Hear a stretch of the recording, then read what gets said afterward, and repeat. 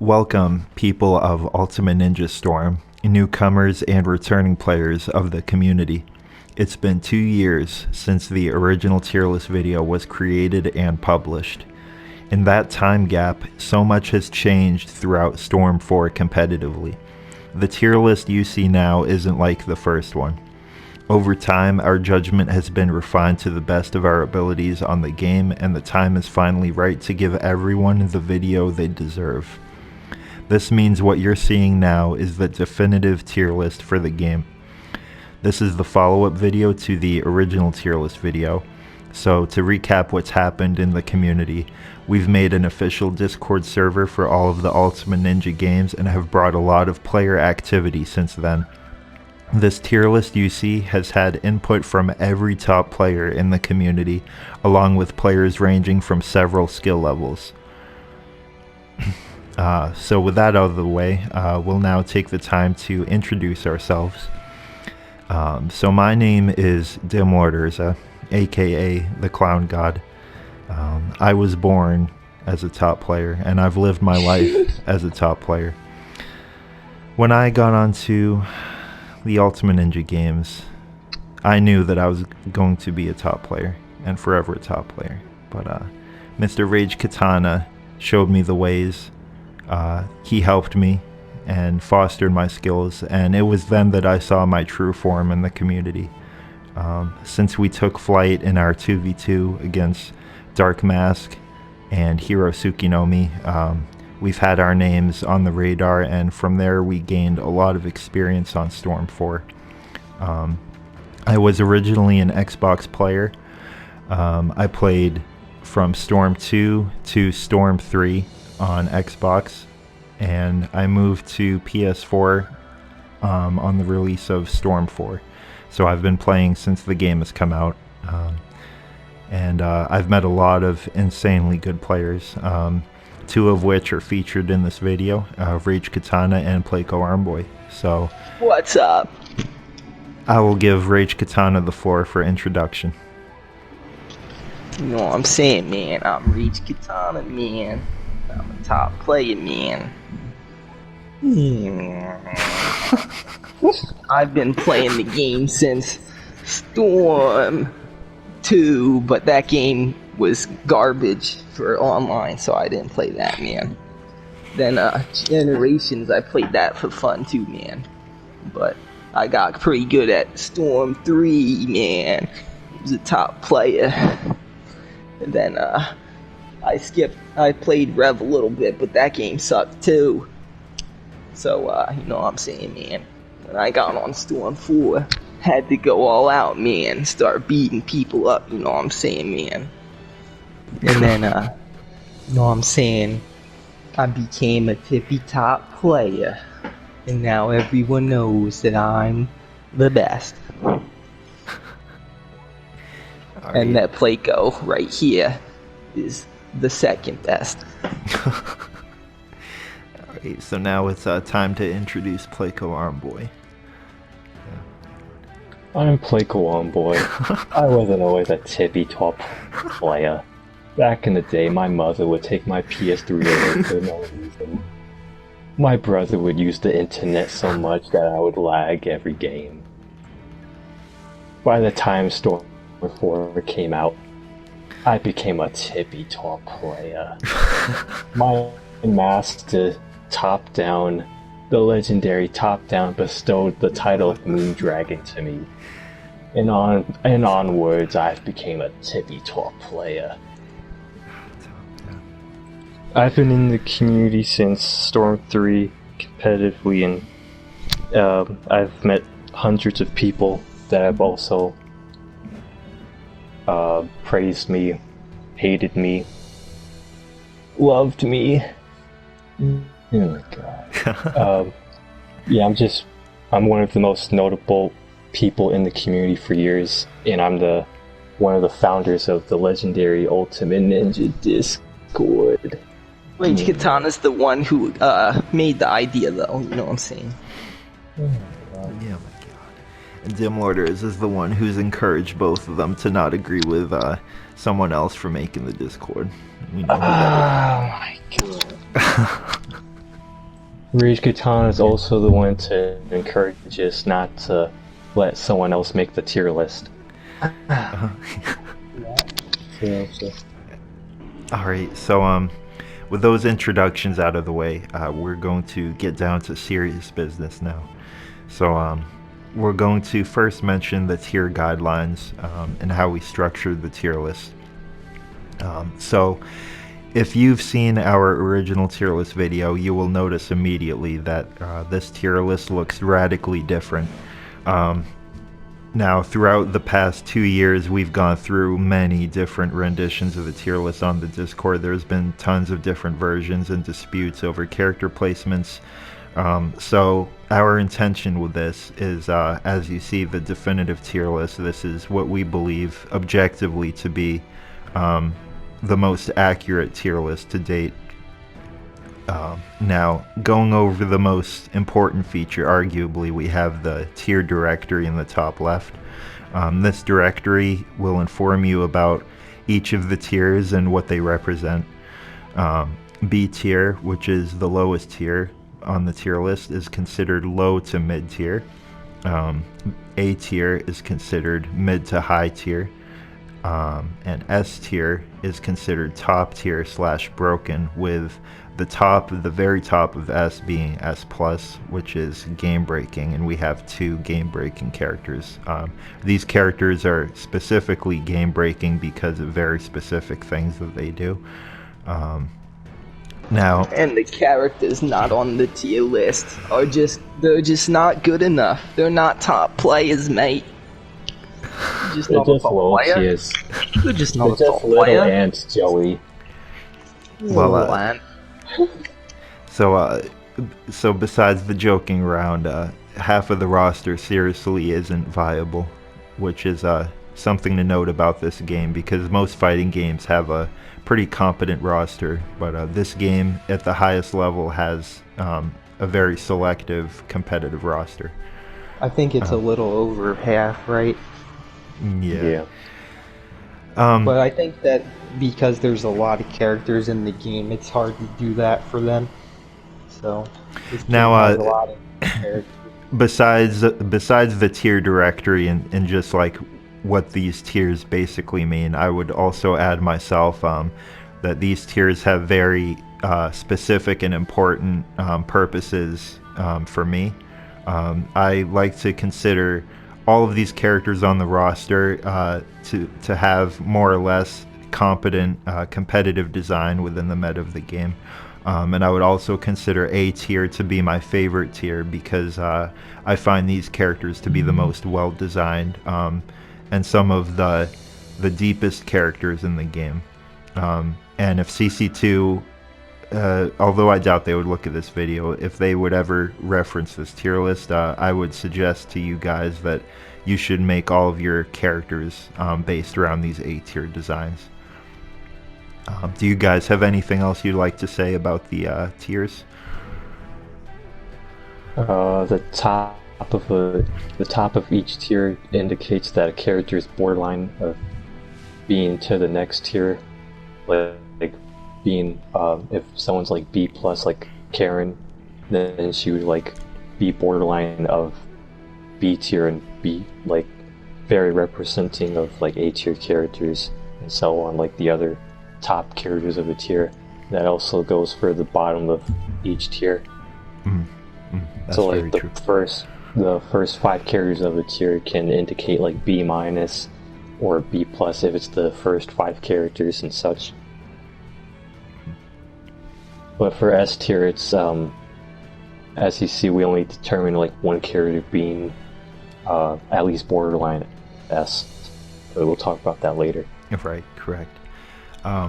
So now probably the most important thing to talk about is how we determined these character placements. Now, what's very common in a lot of fighting games, especially among competitive players and experienced players, are differences of opinions when it comes to how good a character is. So, as I said, it's been 2 years since our last tier list, so a lot has changed with the game. And when it comes to our purpose and intent of being as objective as possible, we've laid out a guideline for judging each of these characters, which has taken a lot of time to do because the meta of the game has been fleshed out, so opinions and ideas of the meta and state of the game has changed, even though, like, which is crazy because Storm 4 does not have, it hasn't gotten patches, it hasn't gotten updates, and people are still understanding and learning the game. So these 4 guidelines are what we've used to justify each character's placement on this tier list. These 4 categories are main potential, support potential, team building, and meta relevance. And these 4 categories serve as the foundation for each character's placement. And these categories also have multiple subcategories that are very important in the way this game is played. Now,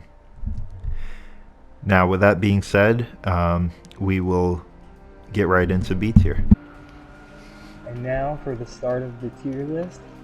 These are the bottom of B tier. These characters are the characters that are considered low to mid tier and are the lowest viable characters to be used competitively on a team. And to start off this tier, we have Edo Mizukage, who isn't the greatest of characters and is one of the reasons he's the lowest character on this tier list, but he can fit on certain teams, and his cover fire support type can be used in unique ways due to its stun, and his range combos, since he's a range character, can be used pretty well and cause stuns for switch-ins and for continuing combos, and I believe they do convert really close up, but they're just inconsistent, especially the air combo with how they connect. But they do cause some stuns that you can go in from, and his cover fire is the main on this tier list, I would say.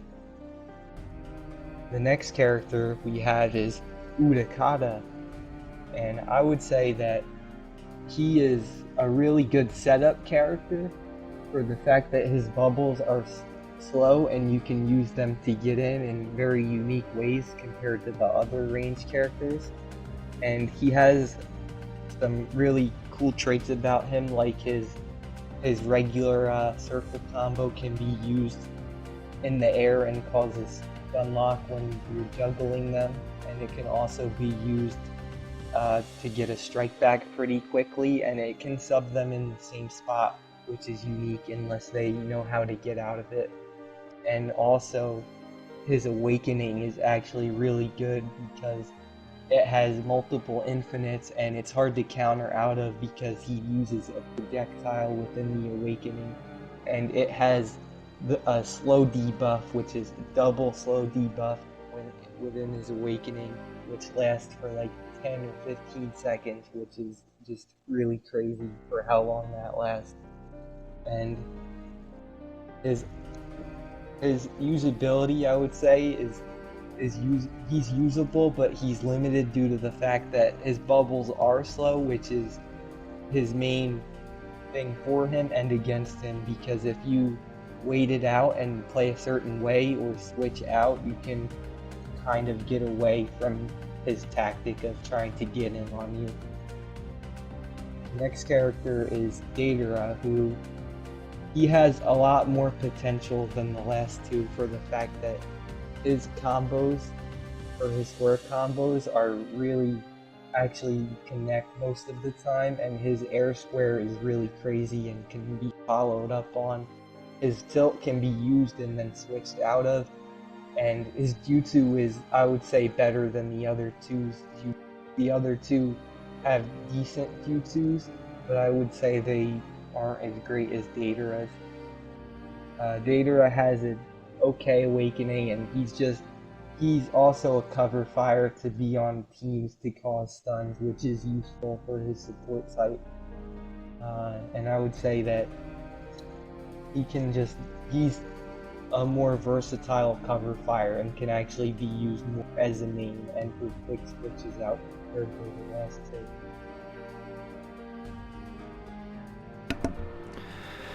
Alright, up next we have Hinata, everyone's favorite waifu. So you'll be pleased to note that Naruto's wife is actually viable.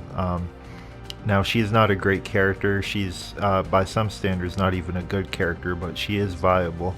Um, this Hinata is mainly catered to be a support role character. Um, she has a great support type being chakra charge, so she's actually a great complement for main roles for charging your chakra faster to keep up pressure. Um, as a main role, she has several good things and several weaknesses. Her main weaknesses that are worthy of pointing out are she doesn't have a escape option at all because her tilt is actually like one of the worst tilts in the game. It's really, really bad. Uh, Her air combo is also really bad. It has low range and priority, and if you whiff it, it's really bad because it leaves you in the air for a while. That being said, her combos are actually pretty good, even though she doesn't have a cancel, because she has forward movement. Forward movement is always really good to have in combos because you can like switch into Hinata and keep up pressure by moving forward and attacking. Um, that being said, pretty much this Hinata is kind of a like basically a boring character with all that said, if not for one thing, which is her jutsu. So this is basically like the main reason this character is viable and why you would pick her as a support type is because her jutsu, the 8 trigrams rotation, has crazy guard pressure. It does a ton of guard pressure damage, and it stacks on their guard, so you can use it for combo starters. And it's being a rotation, it covers everything around you, so it's really good, and it causes strike back, and it can be canceled. Her other jutsu, the air palm, was significantly nerfed from pre-patch, so it's it's not really a good rushdown jutsu, but it's not terrible. That being said, I would highly recommend her rotation as the jutsu of choice. Her awakening is okay. I would say it's a solid awakening. And her meta relevance has kind of fallen off since she got nerfed because of how broken that air palm jutsu was pre-patch, but she's still a pocket support pick for different teams, and because of that her team building is also pretty decent. Next we have Yamato, who has some unique traits about him, but the main thing about him is he's a dash cut, and even though he's not very good as a purpose of a dash cut, because the purpose of a dash cut usually is to be a good support, he still is a dash cut, which gives him viability, though it's low viability because his jutsu as a dash cut is not one that you would want to use really. But he has more potential as a main for certain combos. He has like 3 or 4 infinites he can convert off of, and he has a pretty decent tilt and a grab with a really big hitbox. But as I said, his main thing is his dash cut ability, which is really broken to the point where even though he's not a good dash cut, he's still viable because he's a dash cut. And for the next character, we have Killer B with Samehada. Now this character is pretty new to the tier list. He has good guard pressure and has some button locks, which are really crazy. And he's overall pretty decent as a character. But the thing that's really holding him back is the fact that his jutsu that great that you would want to have on multiple teams. So I would recommend you use him as a main for his guard pressure and for his stuns within his combos. And he has the worst awakening in the game. So that's easy. Next we have Sakura Haruno. Is she as useless as she is in the anime? the answer is kind of yes and kind of no. She's okay. Almost. Almost. So the Sakura is kind of like Hinata. They're both support role characters mainly. And you know, with these characters, it's like they're kind of a shadow of what they could be, because if you're gonna go with a support role, you'd go with someone like Karen or someone who's a lot better. But the Sakura, like Hinata, is kind of a pocket support. So the one thing that keeps her viable, or you know, in some cases usable, is her jutsu. It's the only thing about her that's like above decent. So her jutsu can be cancelled, and it's mainly useful on the ground, because in the air it can be interrupted and stopped. So never use it in the air, or you try not to use it in the air. On the ground, it has invincibility frames, and it's a really viable rushdown option, because you could just call her out and switch to her. And you could even, like, since it's cancelable, you can spam it by canceling and using it consistently. Oh, and also that jutsu is a launcher, so it launches them into the air, which opens up combos, and you can follow up with that. And this is the Cherry Blossom Clash jutsu, Cherry Blossom Clash, not the that's first correct. one, which is the preset one for Great Ninja War Sakura, because that one sucks. Right, you don't want to use that one. That's actually the useless version, Sakura. Besides that, there's nothing too notable about her besides her damage. Her damage is good, but that's assuming you can get in with her, which is kind of hard because unlike Hinata, she doesn't have forward movement as much in her combos, which is really bad because that means her combos have more potential of falling off. Her awakening is actually pretty useful for the fact that she can get all of her chakra back by tapping triangle. That's right. Her awakening is actually good. And yeah, that pretty much covers Sakura. Yep. Next we have Jirobo. I think that Jirobo, he's an underrated character, but I still don't think he's a very great character.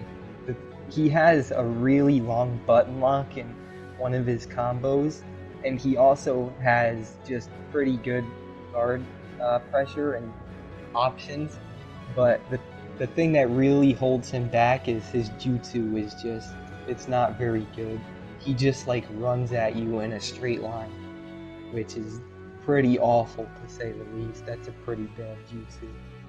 But with how long his stun is and his damage and his tilt being pretty decent, I would say that he's a little bit better than where Sakura is on the tier list for those reasons. I think his awakening is kind of just, I think it's good or decent, but not that great. It doesn't provide as much as you would like in an awakening.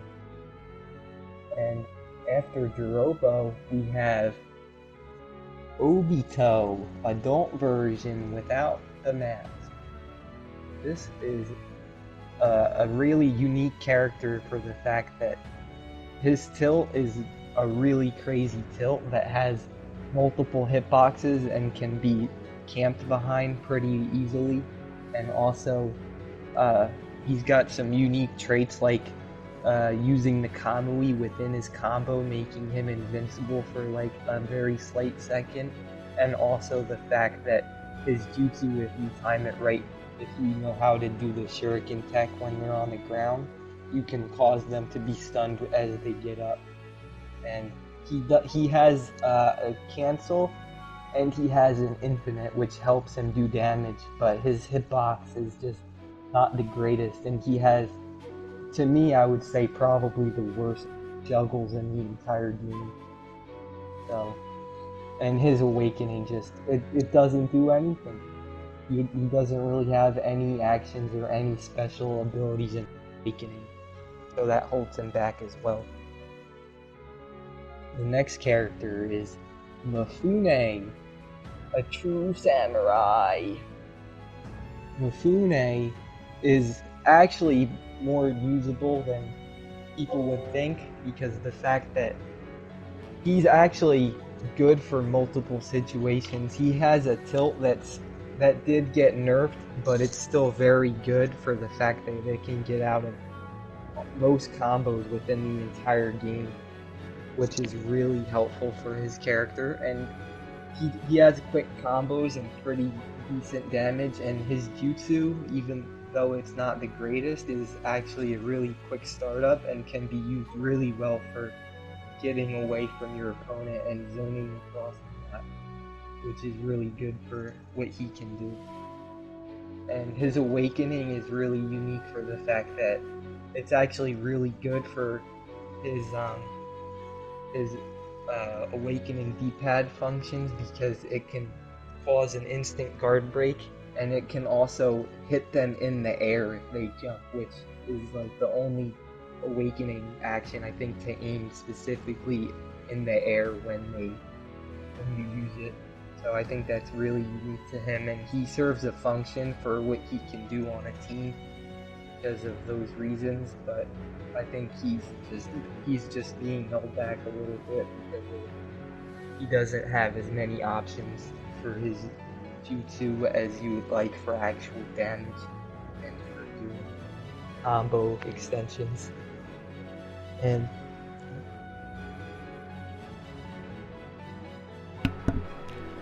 next we have Hidan, who is Kakazu's partner, and unfortunately much less relevant than he is in the current meta, but still a very good character. Or I shouldn't say very good, but this is where at this point of the tier list we start to see more of a complete main character, or closer to a decent main character, I should say. So Hidan, I want to get his weakness out of the way immediately, because most characters have at least like one kind of a zoning option, usually being their jutsu if nothing else. But Hidan unfortunately has like literally no ranged or zoning options, so he is strictly an up close or neutral character. Hidan has a lot of things going for him as far as being a main goes. So his up combo has insane guard pressure and follow-up potential, and it also serves as an item and ultimate cancel, which is really good to have as a main.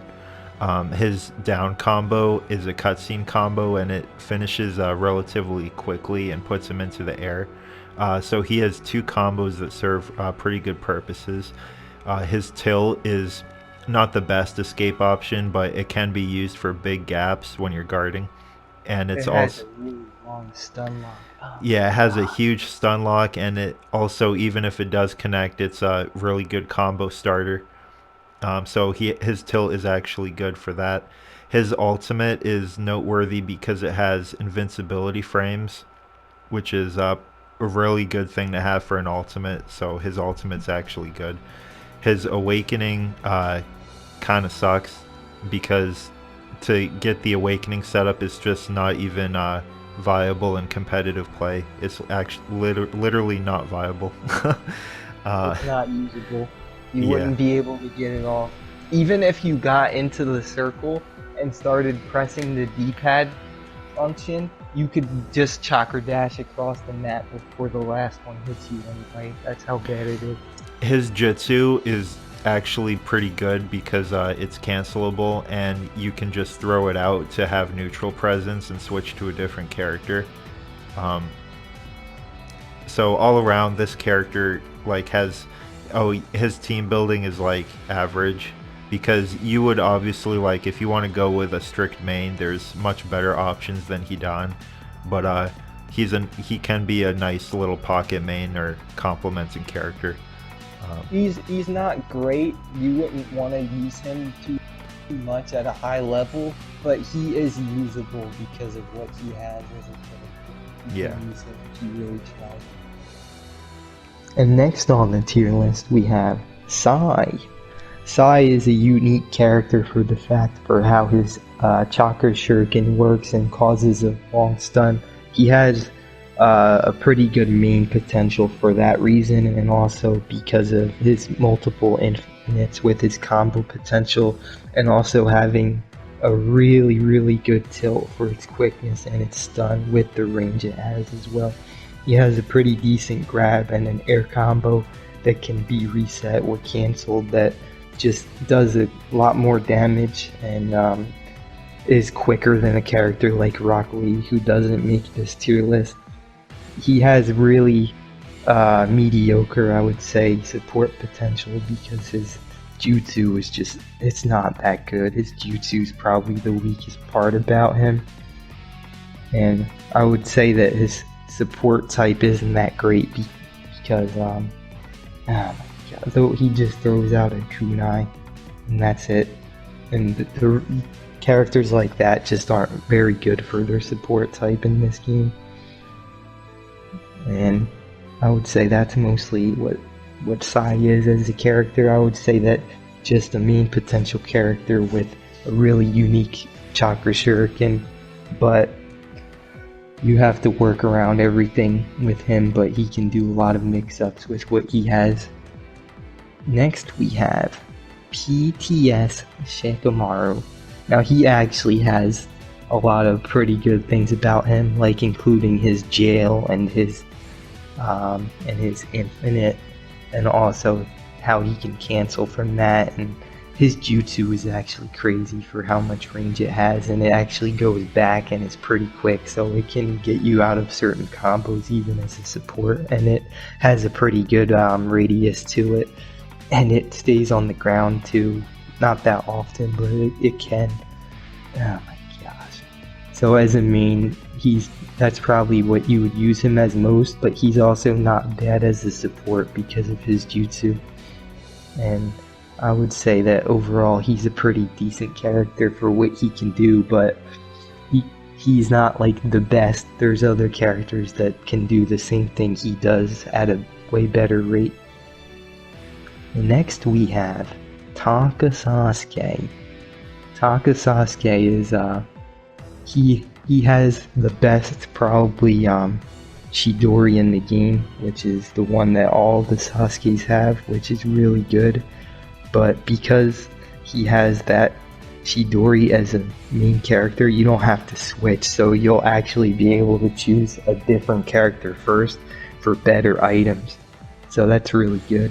He has pretty decent main potential. He has a couple cancels, and his guard pressure isn't too bad, and his grab has a decent range, and his tilt it's okay. You can do some things off of it, but it's kind of slow.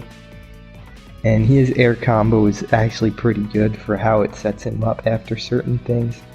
And I would say the main feature for this character is his Chidori as a support, and the main is just really good, and you don't have to ping him first for that, so that really helps a lot. So that's Taka Sasuke.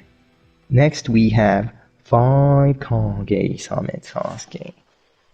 This character is he's pretty good, but you know what I'm saying, man, you gotta pick him first for the jutsu, which is usually you're going to want Chidori, which kind of sucks because then you're stuck with the items that aren't so good, like the speed pills, which kind of hurts picking him. But what he has is he has pretty good guard pressure. He has an up combo that you can sort of infinite off of it if you drop the character right in a certain way. He has pretty good combos just in general. And like I said for the other Sasuke, with his Chidori, he can fit a team pretty well because that jutsu is just really good. His tilt is actually kind of underrated in my opinion because I feel like it comes out quicker than most people think. And I would say that as a character, he's all around pretty decent at everything, but the main drawback is the items. So, following 5 Kage Summit Sasuke, we have PTS Tenten. And PTS Tenten is primarily a support type zoning character. This Tenten is in a solid spot right in the middle of B tier because she is a really strong support character. She's primarily used for zoning, but also for rushdown because of how strong her jutsu is. So her jutsu is one of the crucial parts of this character. In addition to that, she has crazy items, and she's used a lot for complementing other characters So she has really strong team building because she fits that zoning support role. Her matchup spread is not very significant because she's a support role character, so she's mainly used for complementing main roles. Her meta relevance is not as significant as other characters because one of the main things holding her back is her damage output. So the other support roles above her have significantly higher damage output and have stronger main potential. So that's kind of why this Tenten is held back at this spot. But with her Jitsu being as strong as it is, she's held up significantly higher from the characters underneath her. Yeah, and that's all I have to say about this character. PTS Tenten. PTS Tenten's jutsu, since compared to the characters behind her, it's like so significantly better because of all the ways you can play with her jutsu. She also offers a lot more zoning options with their square combo shuriken. They rack up a lot of damage and they're used for like stalling consistently. Above PTS Tenten we have EMS Madara. So EMS Madara is he's kind of a mix of a support and a main role character, but he's more convenient as a support role character because of his jutsu selections and his combos that you can switch off with to extend for your other characters. What I mean by that is when you have his first 2 hits out, you meter switch with it and it's good for setting up combos basically. You don't want to have him out as a main too much because he kind of is he's held back a lot in that with his terrible range with how they nerfed him. He also for team building he has a great item set, so you can have him as the main. He has a great awakening, so you can use it for awakening, and overall he's just a solid B tier.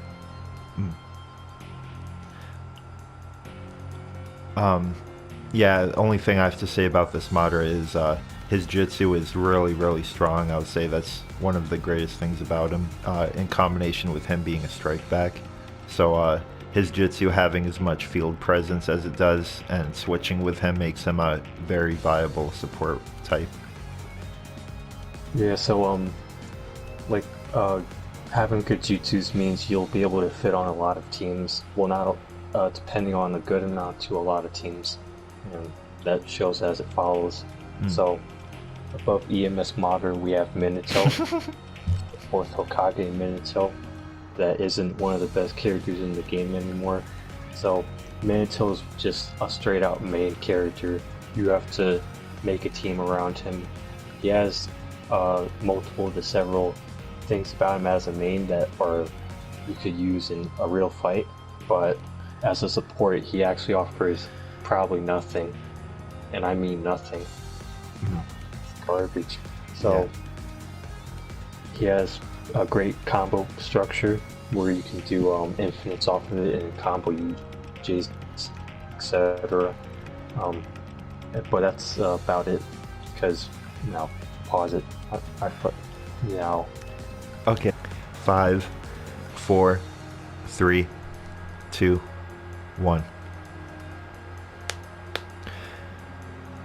So following 5 Kage Summit Sasuke from B tier, we have PTS Tenten. PTS Tenten is a very solid support role type character. She is also a zoning type character.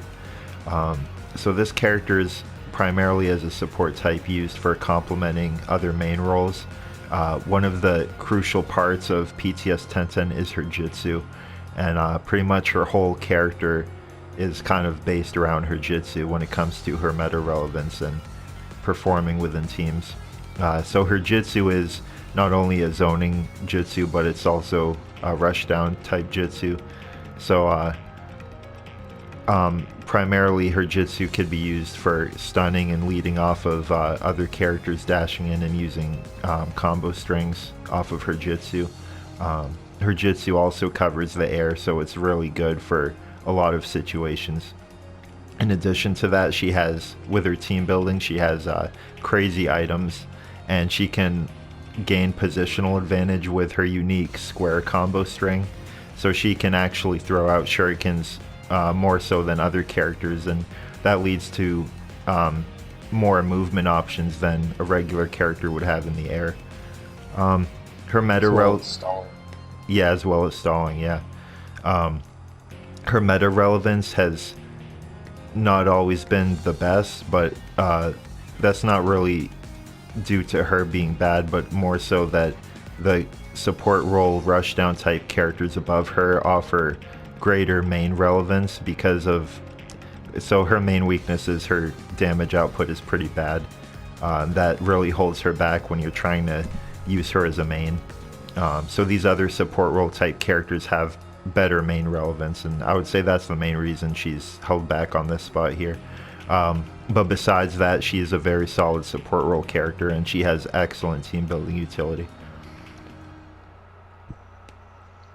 Her jutsu is also really good for breaking people's guards and whatnot.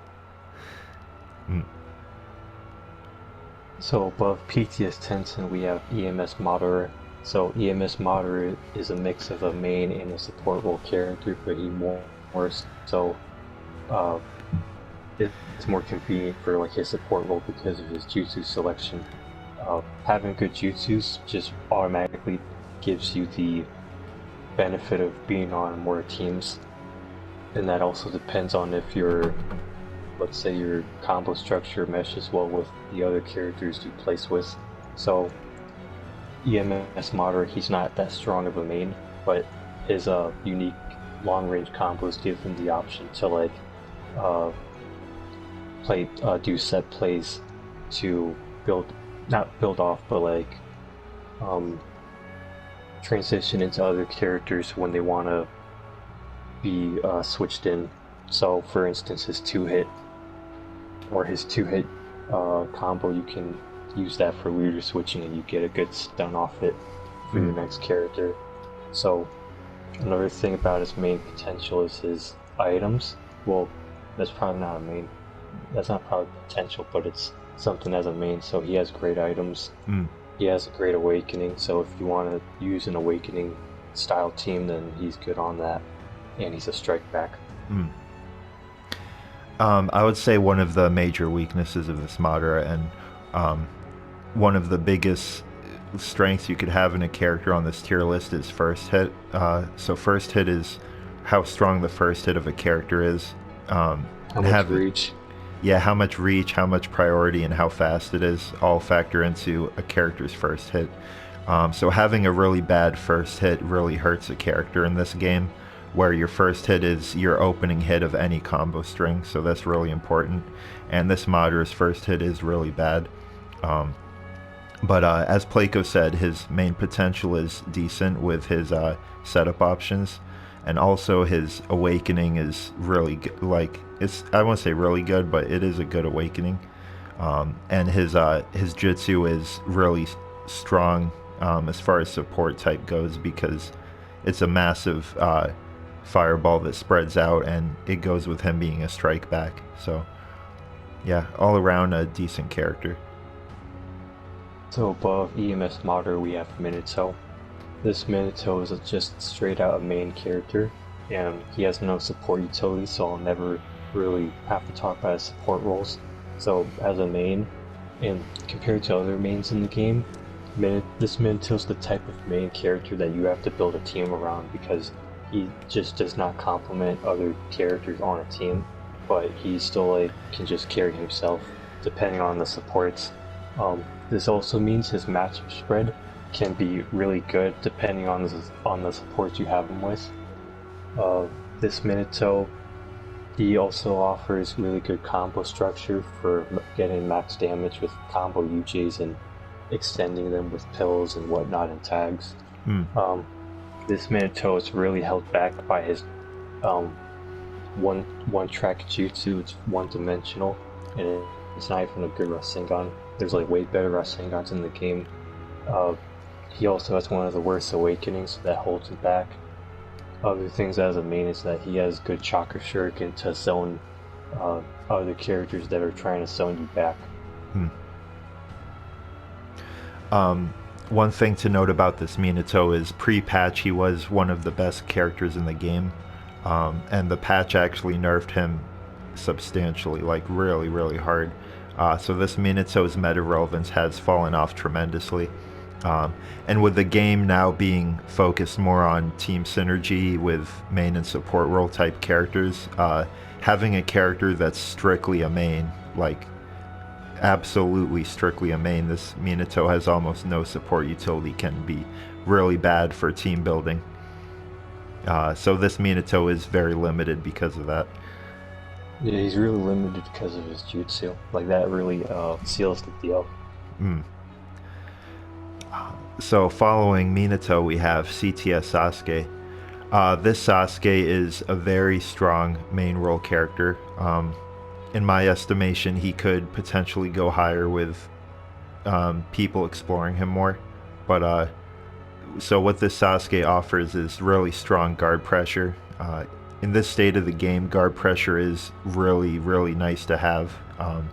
And this Sasuke's air combo is really strong for guard pressure, on top of his first hit being extremely good. He has good neutral control with his Fireball and Chidori. Both are good jutsus. The Fireball is exceptionally fast.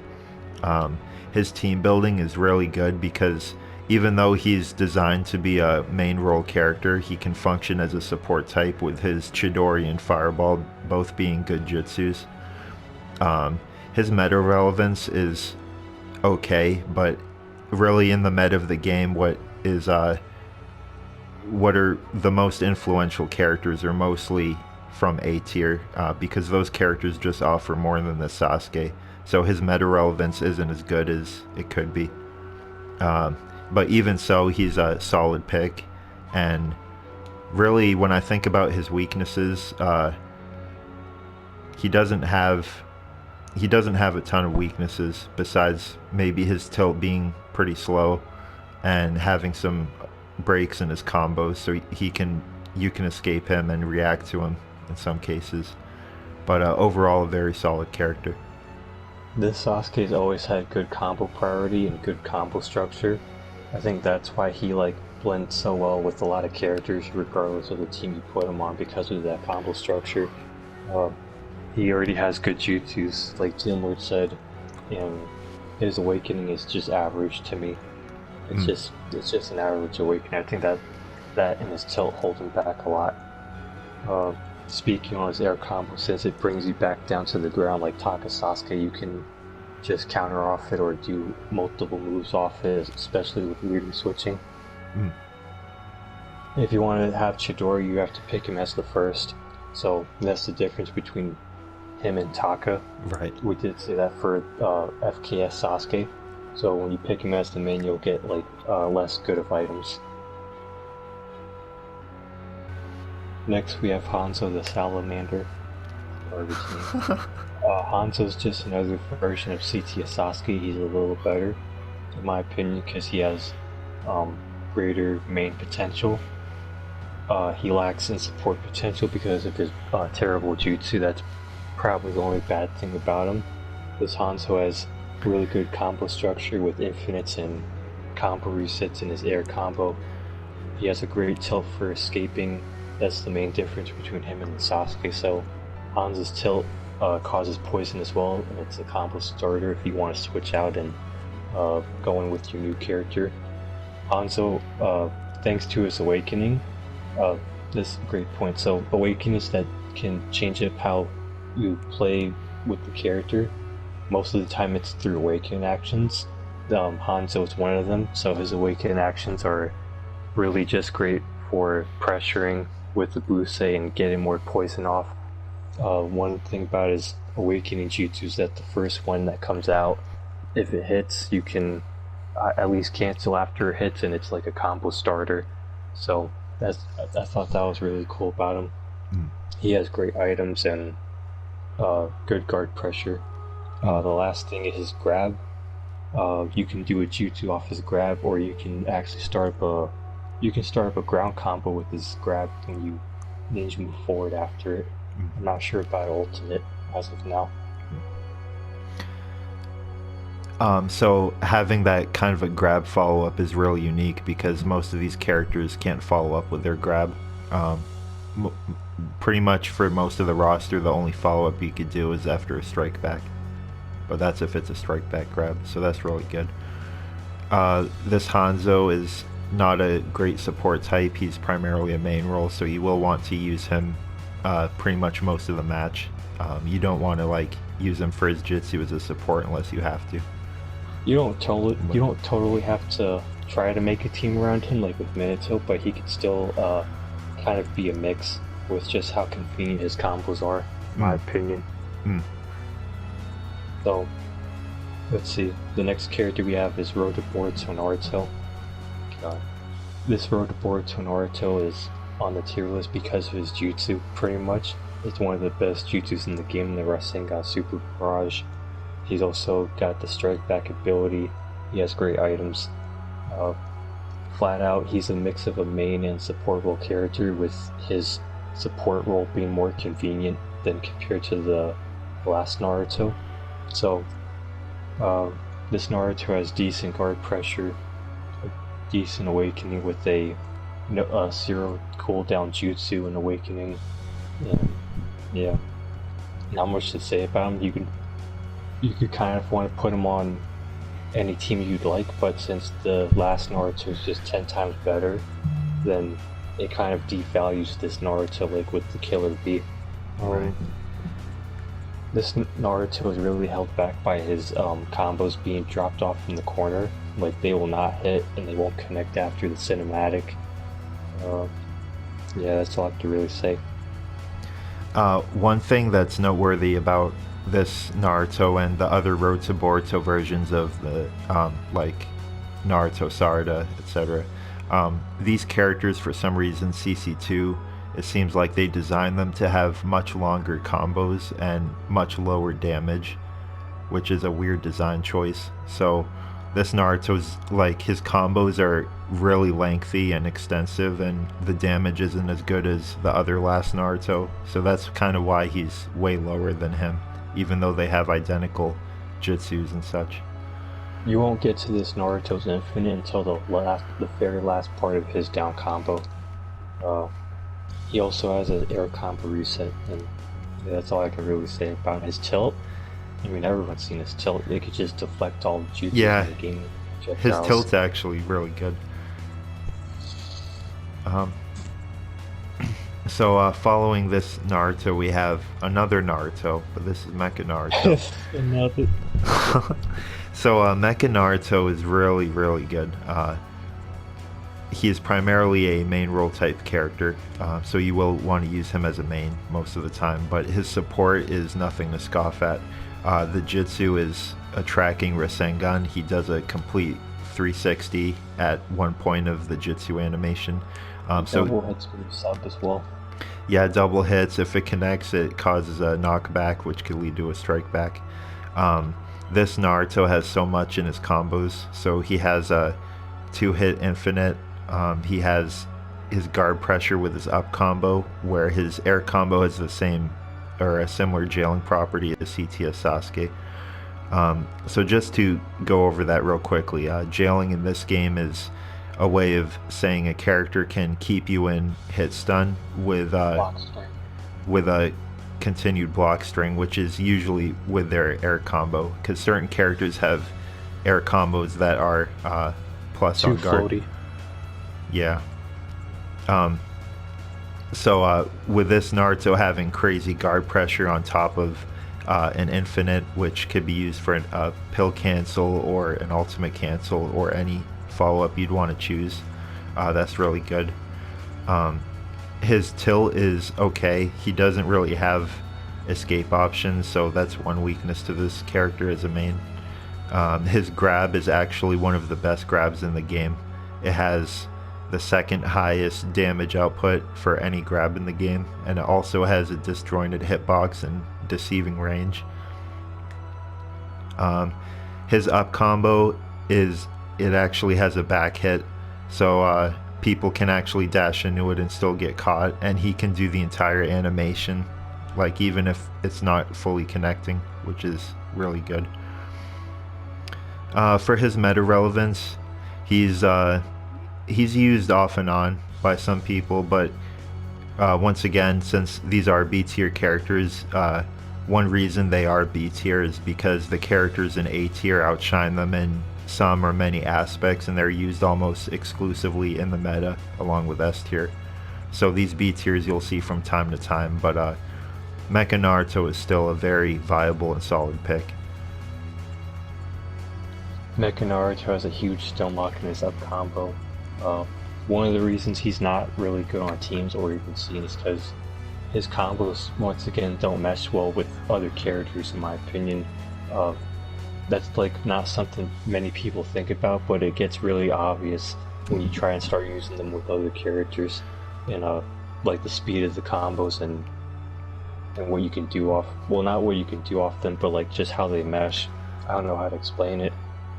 This Naruto also is really hurt by his support type. Is the worst one in the game.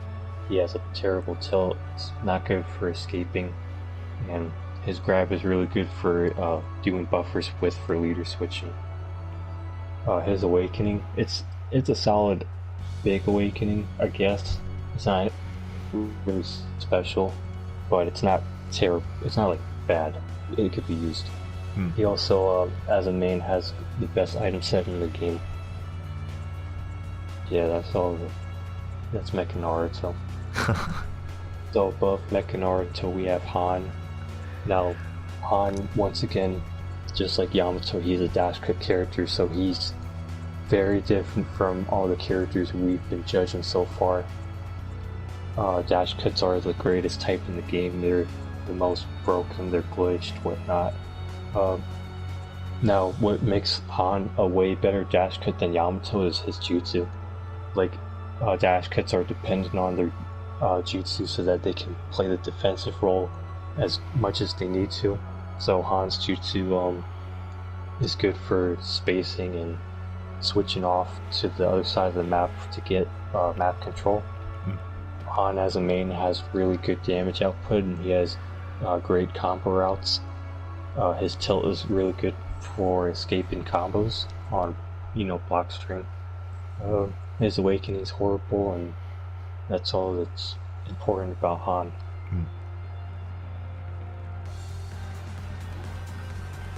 Next we have Masked Man. Starting from his team role fulfillment, this character offers support utility as the most, or his most, the most he stands out as. So, for instance, his jutsu is really great for getting positioning on the map and switching back to get spacing. This jutsu is kind of a weakness for his support role, which is strike back, because his jutsu doesn't cause strike back. It only counts as like a combo starter for setting them up in the air. Masked Man's team potential, it's kind of been explored, but he's still kind of underrated for the fact he's not put with like even more characters that you can imagine. Masked Man's main potential is it's okay to good or above average. He has kind of bad guard pressure. He has good combo routes. His down combo is good for resetting it when the chains come out with a counter, where you can force them to sub in the same spot. Going into his awakening, Masked Man has really good awakening actions. So like I said, if they change how you have to play and just make your character better, then that just makes it a good awakening. So Masked Man's Kamui actions give him invincibility from everything, even counters. So I like to do chakra dashes with the Kamui active and then just bait out people trying to hit me. Anything else?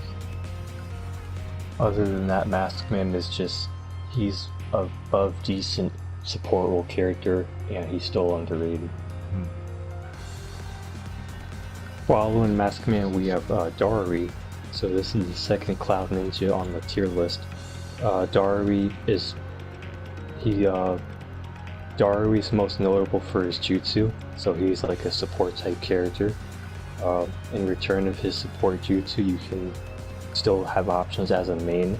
So his tilt is really good on guard. It's the only tilt in the game where you can't really escape out of it through tilting through block strings like normally.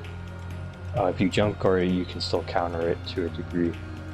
That tilt also has really strong, like some of the strongest back hits I've ever seen in the game.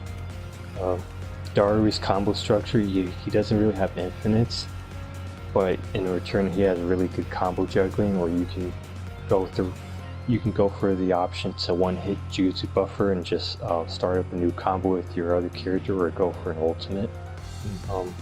This character is held back a lot by his really bad awakening. It's like it doesn't change up how you play. Those Black Panthers are garbage. Darui has one of the worst ninja moves in the game, like double jump ninja move kunai, one of the worst. His air combo does good damage, and you can also get a really strong stun lock off it when you dash extend. I think you can even get off an ultimate with this, so that's probably his only ultimate option for him. Oh, this character also has the worst item throw. He has one of the worst item thrown out in the game, especially when you're just on the ground. It's like one of the worst. That's all I can say about Darui. He could fit a good amount of teams, but at this point in the meta, he's just been outshined by a good amount of characters that are above him. One thing to note, this doesn't necessarily apply to the character, but just to give you an idea of how much thought CC2 put into the animations, most people might think that throwing out items like such a simple animation like that would be the same among all characters, but as Pleiko mentioned, Darui's is worse because it's actually slower and different. And that goes for all of the roster with every animation in the game. Another thing I'd like to mention about this Darui is typically when you get a hard knockdown on somebody, it resets neutral in this game. And there's not many good hard knockdown follow-ups or opening options after.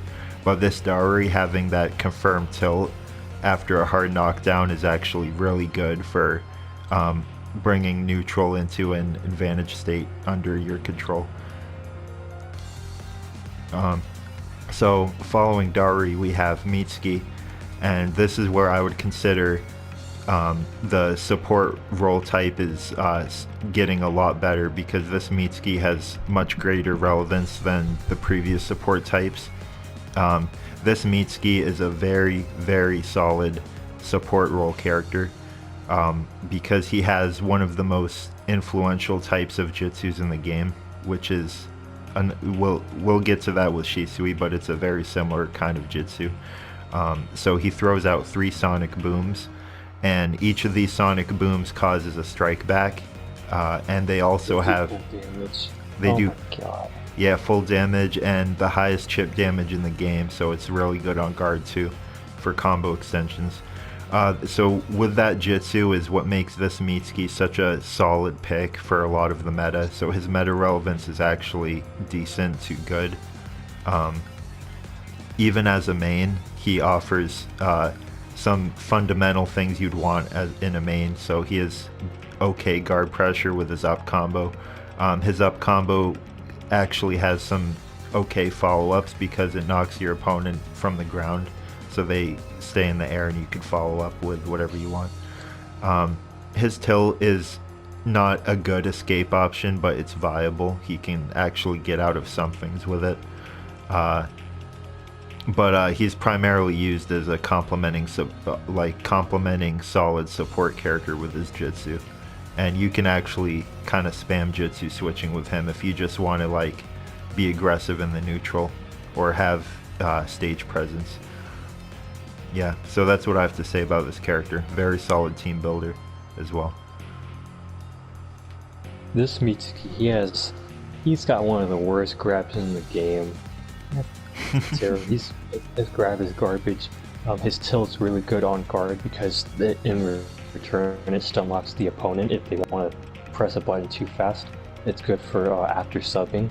So those 50-50 guesses where you have to see what the opponent's going to do after they sub your combo. Mitsuki's grab is not his garbage grab. His tilt's really good for after subbing, and yeah, his awakening is very average. He gets awakened actions, but it does not change up how he really fights, which really hurts him. I think another thing about him, his combo structure, I mean, you could do stuff with it, but like, it's kind of average with like the speed of his hits and the range of them, so it kind of doesn't mesh well with the characters you'd like, from what I've seen. Yeah, other than that, Mitsuki's he's mostly carried by his really strong jutsu. So above Mitsuki we have, is it Asuma? PTS Lee. Oh my god. Okay. Above Mitsuki we have PTS Lee.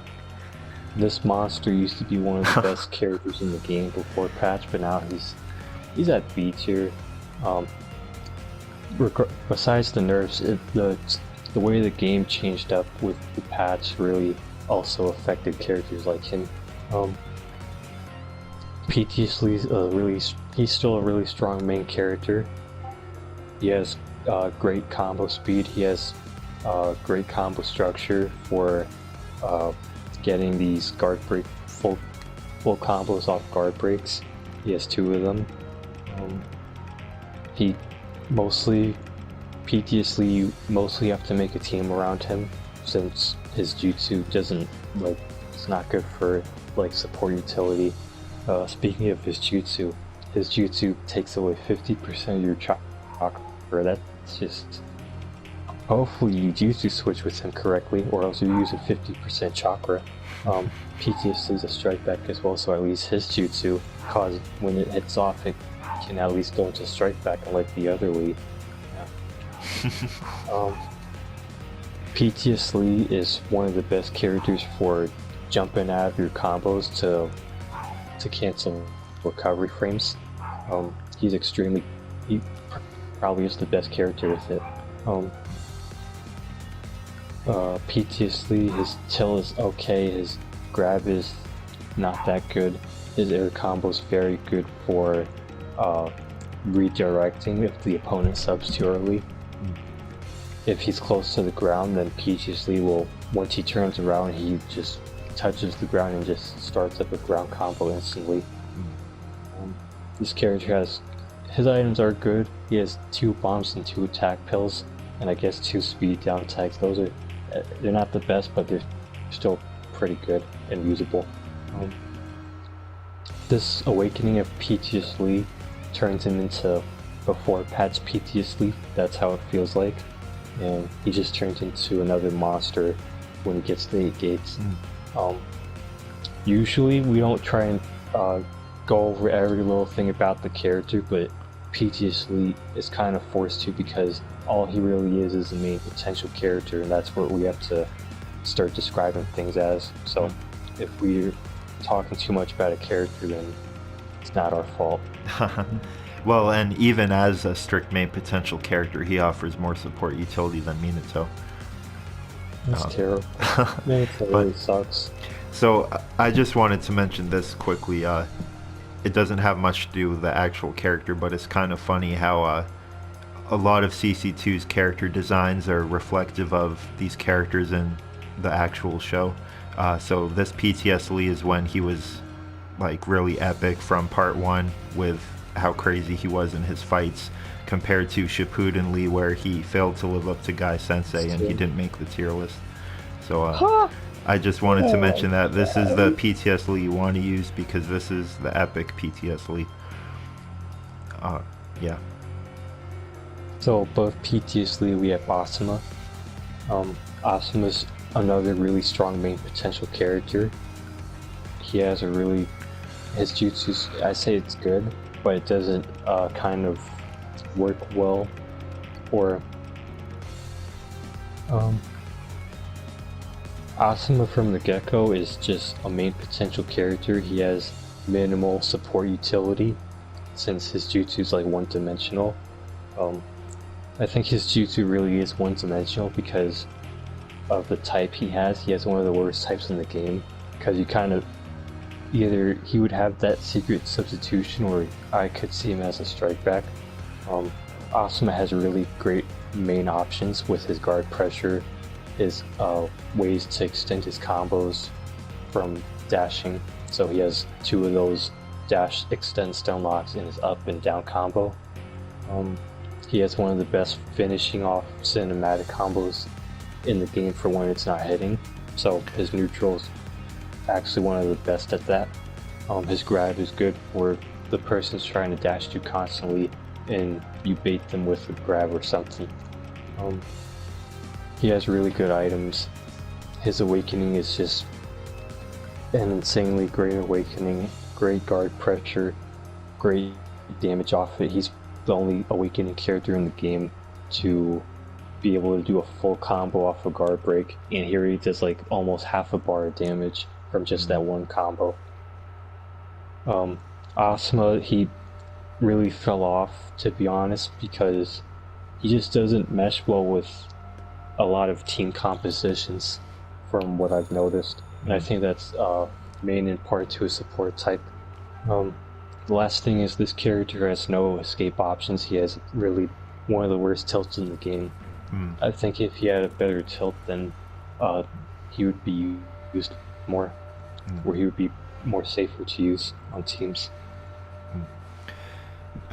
So as Pleiko mentioned, this Asuma has a crazy awakening, arguably at least top 10 awakening in the game, and having an awakening that good is actually really good for meta relevance, because where matches between 2 players who know all of the options within the game or high level, top level play, awakening becomes a really nice pocket reserve. It's a really nice just an option to make a huge comeback. So Asuma having that puts him really high in B tier on top of everything else he has. Above Asuma, we have Konohamaru, the nephew of Asuma. You know what I'm saying? Straight out, I want to just say Konohamaru is a pocket character. His pocket character utility is just straight out from his support type in his jutsu. He has he's a strike back, and he has the best ground Rasengan in the game. Konohamaru with his combo wise, he's not able to maximize damage that good. He's forced to switch out if you really want to have to get a you're kind of forced to want to switch out of him when you don't want to be comboing, when you want to get like real max damage with some of your other team characters. Konohamaru has the best finishing combo with the cinematic in the game. It's the most consistent, so that's neutral. His guard pressure is kind of good. You can kind of play with it when you slow down the combos and such. Konohamaru has a unique tilt property, so when he does his bomb ball, he has the best one for canceling out of it and then following up with anything that he desires. That tilt also can work as a wake up stun lock if you get it off during a hard knockdown. So most of the time when you counter someone and you're still near this character, you're still near the opponent, then yeah, you could do it then. His grab causes strike back if that's of any importance. Not like you're gonna grab much with him. It's probably good for buffering. What stands out about Konohamaru the most is his awakening. He has really good awakening actions with the Shuriken Shadow Clone and the Burning Ash. And they actually they notably do recover faster. Those awakening actions, they have fast recovery on them, so you can use them more than like most characters. So both Konohamaru, we have Orochimaru. Oh my god! One of the most iconic villains in the series, leading B tier, and that's actually a trademark for all of these tiers. Now that we're at the top of B tier, this is the borderline spot, which means Orochimaru definitely is a character of A tier potential, and he has the potential to just be A tier, in my opinion. So Orochimaru is a straight out, he's most notable for his jutsu.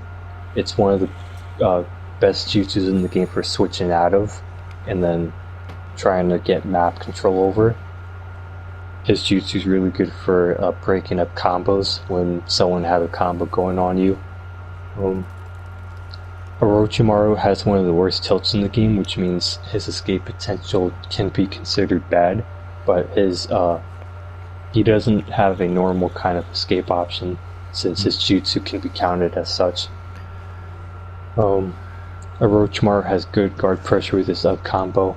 He has below average damage. He has a guard break combo on his down. He has his only way to really maximize his combo potential is by switching off, and his neutral combo lets you do that with the switch extend stun or switch extend reset. Orochimaru in Awakening, he gets a better version of his jutsu, and that jutsu has the ability to guard break you consistently, getting your guard to red or even breaking it. Orochimaru has two unique abilities, so his chakra dash is able to dash under all combo. Orochimaru's chakra dash is able to dash under all combo strings in the game. It could even go under puppet characters if they're trying to camp. That means if someone's trying to mash with any character that has the best characters for combo string mash, Orochimaru can dash under them. His Awakening has the ability to use substitutions with his own health bar. I think that's really cool. Yeah, so you'd use, if you don't know, you sub with R2 as well. Yeah, to use health instead of a sub to sub, which is pretty crazy. This character, in my opinion, he's held back by his escape options, even having a good tilt, because that tilt could have potentially been like a combo starter, but they failed on that. His damage is below average, and his air combo just lasts too long, and it's kind of, you don't get much damage out of it. So yeah, that concludes B tier. So one more thing I was going to say about Orochimaru is being borderline A tier, he might as well be considered A tier or almost A tier. One major thing about him is even characters that jail, for example, CT Sasuke and Raikage, and a few others, even with a jailing combo, most characters have gaps in their combo in high-level play where players can actually escape and react. One thing to note about this Orochimaru is his up combo has almost no gaps. Very few characters can escape it, which lends this Orochimaru to aggressive play very, very well. And as Pleiko mentioned, having no or limited escape options, he's sort of a character that benefits aggression more than anything. So going from B tier to A tier, I'm going to spend some time explaining A tier because I have to really do it justice and explaining what A tier means to us as players who've played this game for a long time and spent a lot of time with these characters. With B tier, you see these categories that we mentioned of main and support roles, and in A tier, these support and main role characters are much more magnified. So these main role characters have much stronger and greater main role properties, and the same can be said for support role characters. There's not enough I can say about how these characters are deeply complex compared to the rest of the roster. What they offer in the metagame is much greater in terms of complexity compared to the other characters, as far as I'm concerned. And if CC2 were to ever see this, I would suggest these characters as being their greatest achievements in terms of design and what they offer for in any healthy Storm competition. Game. Yeah. So Yes, once again, not enough can be said about how much these characters are actually respected in the meta by everyone who plays. Yeah. And starting off A tier, we have none other than Anoki, the great fence sitter. This character has been through a lot with the origin of the tier list. He was originally not considered viable, but he's been explored more, and he is a very, very solid pick. Anoki is mainly catered as a main role character, and he has, well, it's fitting that he starts off A tier because he is basically the beginning of having everything you'd want in a main.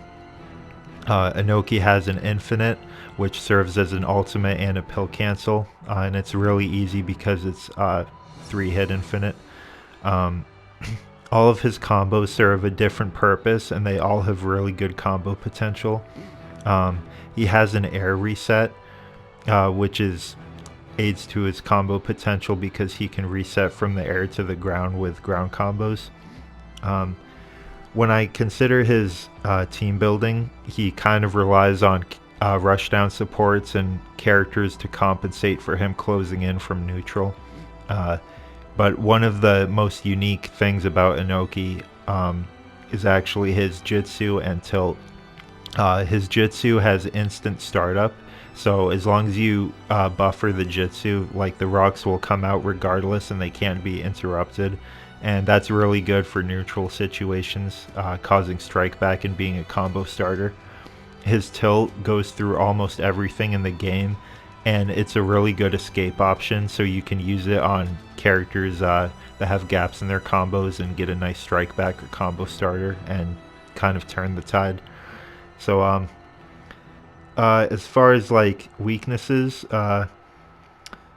he really doesn't have like a lot of weaknesses, but I guess one thing would be like his air combo is negative on guard, so he can't really jail, and being as small as he is, sometimes he has trouble contesting with characters that have like greater priority and greater ranged options than his Jutsu. And his first hit is really crazy. So yeah. I think his biggest weakness is probably having an awakening that lacks a little bit. Yeah, his awakening isn't the best. It's below average, but it's not terrible. Above Anoki, we have Tail Beast Bomb Naruto. This Naruto is a staple support, one of the most like accessible supports in the game, and has crazy synergy. This Naruto has great items, so he's a very accessible team building character, also being a strike back and having one of the best air supports in the game, which is pretty much like this Naruto brings teams together from being air coverage and being a combo starter, from just like calling him in the air to get him on guard. So his team building is like almost max, and his meta relevance is actually really good because of it. He lacks as a main, and that kind of goes into his notable weaknesses because he has a gap in his combos that's like escapable and reactable pretty easily, and his combos actually fall off on edges of the map, so you have to be wary of that when you use him. He also doesn't have an item or ultimate cancel, which can really hurt him as a main. But like I said, this Naruto is mainly a staple support, and switching into him isn't too bad. His awakening is kind of bad. Yeah, it's all right, but it's kind of bad. So you don't want to use him for awakening either. Just a crazy strike back and good support, and if you got bad tilt, but a crazy switch. Yeah. And for being the flagship version of Naruto from Naruto Shippuden, it's very fitting that he's on this spot of the tier list. Above this Naruto has really good he has a good switch in combo to reset the combo. You can get a stun off when you switch in the middle of it and get off an ultimate or a pill with your new character. He has a unique block stun trait, which where you switch during his up combo, he does his entire up combo while the opponent blocks, and you have enough time with your new character to do whatever you want. Above this Naruto, we have the ultimate support character, which is Karen. So when me and Rage mentioned earlier Hinata and Sakura being like lesser versions of being a support role character, Karen is like really the ultimate support character. Karen has insane main and support potential. She is the best chakra charge type support in the game. So being that support type, she naturally complements mains for charging your chakra faster, which is always really good, with chakra being the most valuable resource in the game. As a main, she has crazy hitboxes, including a crazy first hit that literally catches supports as they come out, and she can turn and redirect it at random times, seemingly random times, to catch people or your opponents in weird spots. Her up combo has crazy guard pressure, and she can convert off of tag to keep it going. She can do her full down combo off of a stun, which is always good for confirmed damage. Her air combo has the highest damage output in the game, but if you whiff it, it's obviously bad to whiff it because she stays in the air. When you do her, if you convert her air combo to a dash, she can actually catch your opponent immediately with a ground combo as they wake up, which is really crazy. As a support, her jutsu causes a debuff, which is completely unique to her in the game, and this means her combo potential is crazy for synergizing with characters off of her debuff to do max damage. When I think about Karen's weakness as far as team building goes, her only lacking thing as a support is that her jutsu isn't a rushdown or a zoning jutsu, so she only benefits from being up close and from keeping your opponent away by threatening them with it.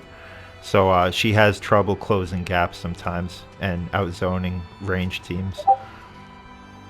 I think she also has a crazy neutral combo guard pressure, and she actually has like a cancel if you do it really quick. And her jutsus are double defense down and speed down and stuff, and so that's really crazy. And yeah. Also, her awakening is really good because her perfume turns to a perfume that goes completely across the map, still applying the debuff, and she gets all of the other awakening benefits like increased damage and dash priority. So her awakening is actually good. I think her biggest weakness to me is her tilt isn't very good for getting out of combos, so you want to constantly have pressure on your opponent and not really get pressured too much. Her awakening fits perfect for like a linked awakening if you manage to get the jutsu off. Her up combo, she has a stun lock in her up combo where you dash during the exchange, and yeah, you can get off an ultimate which they can't escape out of.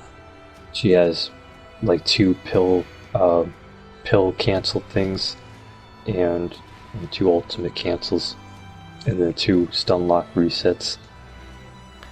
Now, if only CC2 could give Jugo and Suigetsu the same treatment of power level. Next we have PTS Shino. PTS Shino is a mix of a support and main style character. Currently he is not very explored on a lot of team compositions. I think that could change.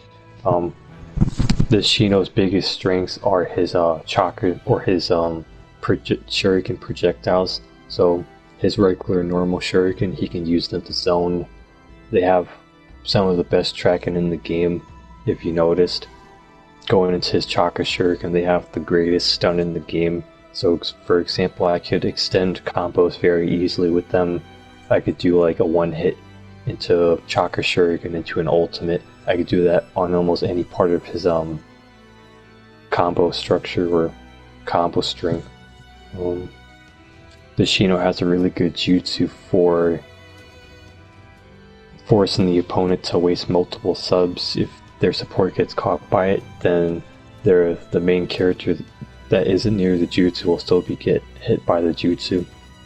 PTS Shino has really good combo priority, great guard pressure.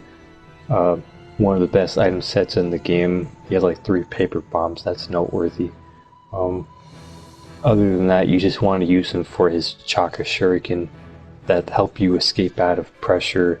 You want to use him for his ability to do max damage with his chakra shuriken and doing one-hit jutsu buffers off those chakra shuriken follow-ups. The only thing he's lacking is like a really strong air combo and anything for awakening, like even like a trait to take away chakra. He just lacks that. Next we have 4th Kazekage. 4th Kazekage is a very cool character. He's a nice built character. His meta relevance isn't super high, it's just like about neutral in the state of the game. 4th Kazekage, starting off, he has good combos to go into with. He has a full guard break combo. He has that same guard break combo can sub you in the same spot and you can't really dodge it. His neutral combo finishes without it hitting. He has good guard pressure and he can bait them out with his chakra shuriken to have combo follow-up stuns with.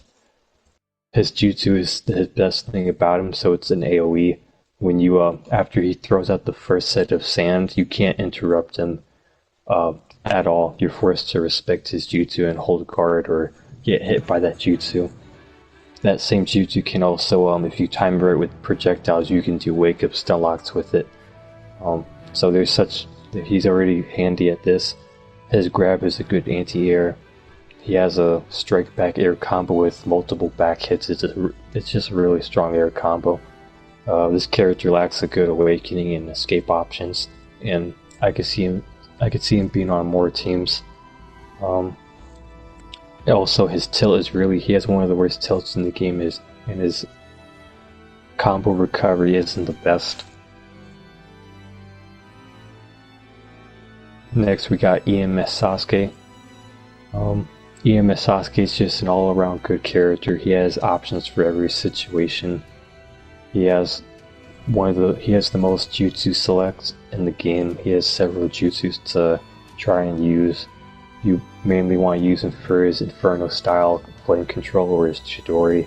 If you need his Chidori, you have to pick him as a main and get worse items. His default jutsu you can do wake up stun locks with, and it has the highest priority in the game to go through any jutsu or neutralize the best jutsus in the game. The Sasuke's always had good guard pressure, always had fast combos.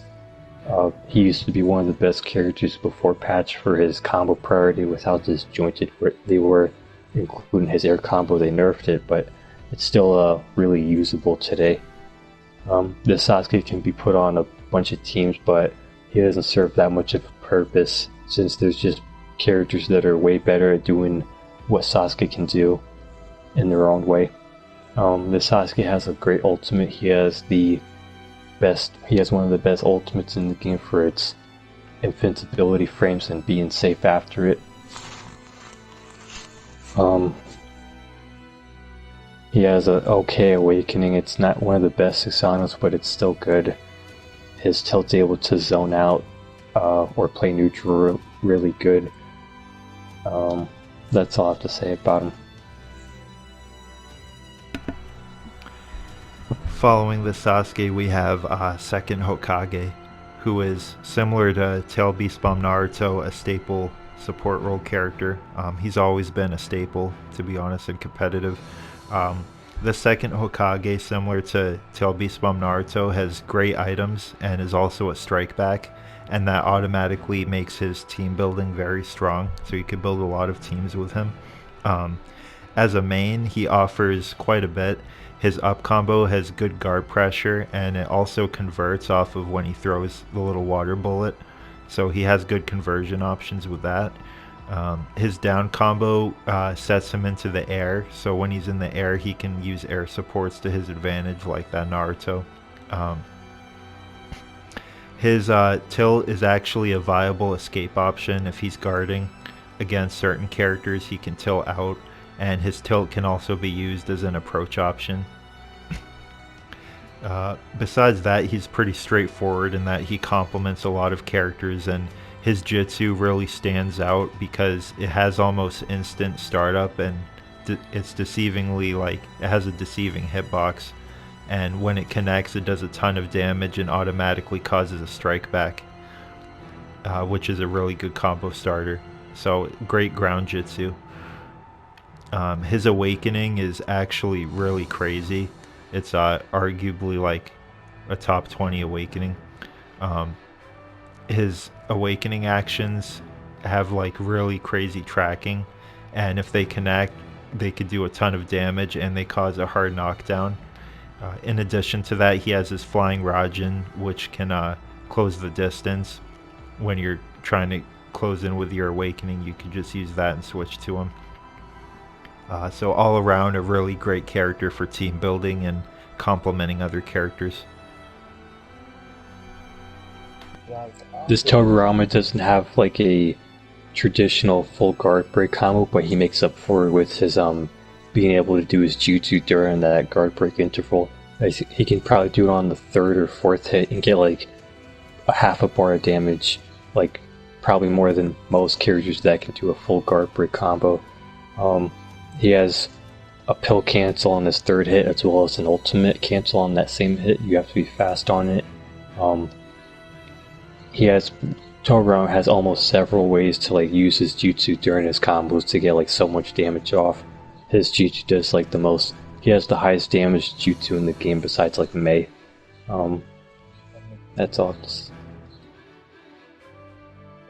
Next, we have Raikage.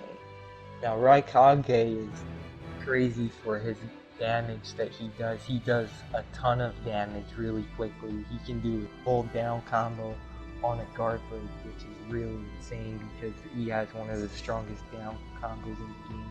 He has multiple guard break combos from the up to the neutral to the up and kunai. He's got multiple combos to break guards, so that's really crazy. His ultimate goes through like everything entire game, and it makes him invincible until he stops where the ultimate ends. And his jutsu is not the greatest, and his tilt is not the greatest, but he is a strike back, which is really helpful to have on any sort of team. And I would say the main things for this Raikage are the fact that his damage and his guard pressure are just really crazy. And I would say his awakening is just kind of average. I wouldn't say it makes him better, if at all. I would say that. His awakening's actually really bad. Yeah, his awakening is kind of meh. His ultimate actually goes through a lot of things in the game, which is unique to him. Yep.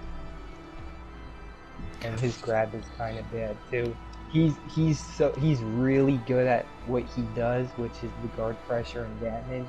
But other than that, he's a main potential character, and he doesn't have as much things other than those two and being strike back, I would say.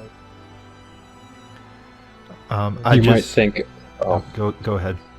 You might think, why isn't Togurama better than Raikage? And since he has a way better jutsu and a better awakening, the gap between Togurama and Raikage is actually noticeable, based off how Raikage can just pressure the opponent with his priority and his guard pressure, and his simple output of damage compared to Togurama, and everything else like revolving around that's the gap between the characters at this point, and how we rated them. I just want to take this moment before moving on to the next character to point out how this group of characters, the 5 Kages, probably have the coolest and most notable designs in the game as far as being a group of characters, and CC2 did a great job with all 5 of the Kages for competitive Storm. Well, Tsunade we replaced with Danzo.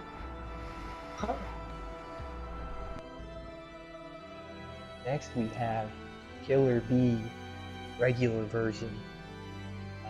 this Killer Bee is really crazy for his jutsu, because this jutsu has crazy tracking, and it's just an amazing support jutsu, or even as just a jutsu switch. He has an amazing tilt, which has a really quick startup and has a button lock in it, and he has really good combo guard pressure, and he has pretty quick damage and a neutral combo that can finish pretty quick if you do it the right way. And overall, he can do a lot in every circumstance, either as a support or as a main. He can get out of combos unlike a couple characters before him, and he can do that. Be a really good support. The thing that this Killer Bee is really lacking at is he has the worst awakening in the entire game. Stuff's in the same spot like 4 times. And yep, his grab is pretty good too. That's for the reason. Other than that, what do you guys think? His support potential is way higher than Raikage's and the original Killer Bee. This Killer Bee doesn't have. He even has an infinite on his down comp on the last part of it. It doesn't seem this Killer Bee has like a traditional. I mean, he doesn't have a traditional UJ cancel, but he has his up combo stun lock where he can dash into it with a pill and even do an ultimate off it. His guard pressure is almost as good as Raikage if you get the stupid down combo to go fully through. His air combo racks up insane damage, and his tilt is just his tilt compared to Raikage it's just in a different league. Oh my god! Night and day. And that you can at least do a team ultimate during his down combo. Can't you do an infinite if you do it perfectly or something? I said that. Yeah. Next. It's no coincidence that the two Cloud Village brothers are right next to each other on the tier list. It's the A and B combo, man. It says B and A. Oh my god. Terrible. Stands for badass, man. Wow.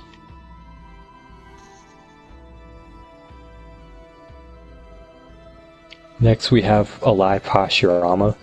Alive Hashirama, he doesn't play like the other Hashirama on the tier list. This Hashirama resembles more of Raikage than what you'd expect. So he has insane guard pressure, he has insane damage like that Raikage, he has full guard break combos, he has even 2 of them.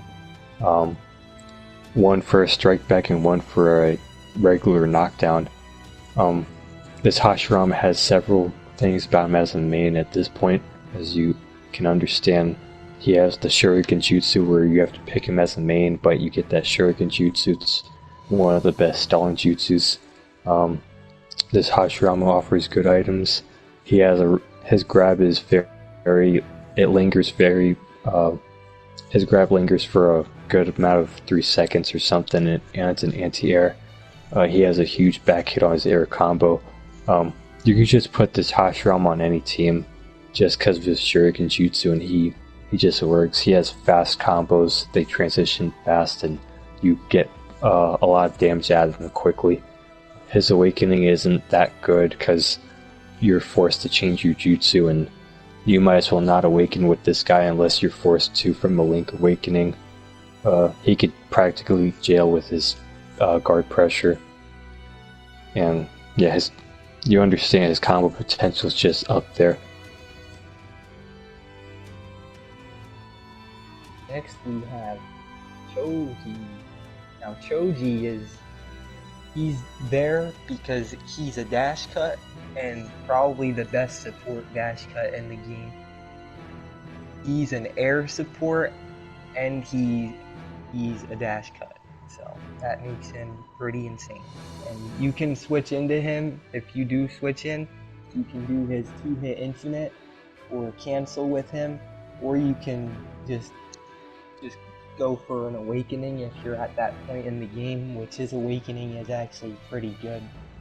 But I would say the main things for this character really are just him being a dash cut and probably the best dash cut jutsus that he has his ability.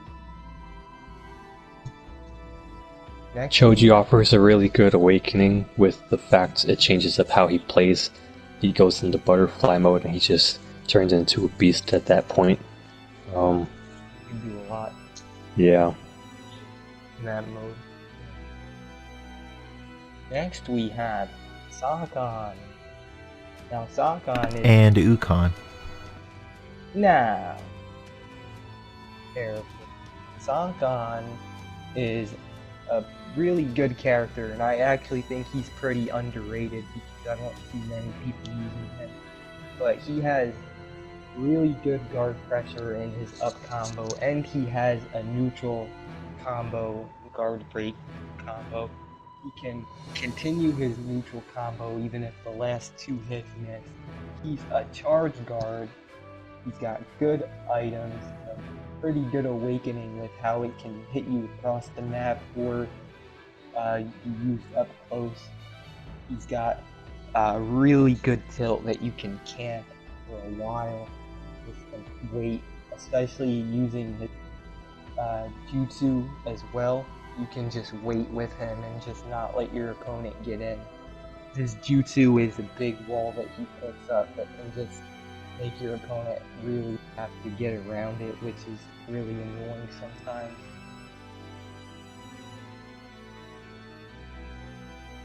And I would say that he's got a cancel and everything in his neutral combo, which he can convert stuff off of, and he's got pretty good damage, and he has a really crazy ninja move because of his character model, which allows him to get out of most characters' combos within the entire game, which is really helpful to him. Between his ninja move and his tilt and his jutsu, he has crazy defensive options. Yeah, Sakan has high meta relevance for how defensive he can play. His tilt, you're able to stack it like 3 times and make the person have to like waste multiple subs if they're that stupid or something. He's also a charge guard, which just adds to playing defensive. His awakening it's good. It's not like crazy, but it's still like a useful awakening in my opinion. He also has the same item set as Hashirama, and they have the same typing, which is nice.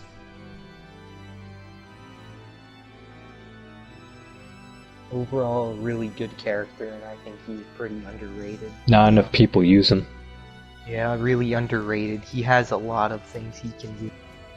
Following Sakan and Ukon, we have Older Kankuro. Older Kankuro is the only viable puppet character in the game. That means all the other, even Chio's not even good besides her awakening, but Older Kankuro's up here. He's got the best kind of movement with his puppets, best combo structure with his puppets. They don't fall off like everyone else's. Older Kankuro is a special character in the game because of how he plays. He doesn't play like any other character. Since he has 2 puppets, he gets like 2 guards, if I'm not mistaken. So he has like he's more safe guarding than the other puppets because of more width on the actual puppets trying to be in front of Kankuro. I just want to say this Kankuro, the best thing about him is his air combo. It's one of the only air combo infinites in the game. What makes this air combo really special is that once you get them on the second set of comboing after you dash, Kankuro in the game, he's placed on the ground as the game reads, and he's safe enough to even counter. So your opponent has no option but to just not be aggressive, even after they set that air combo.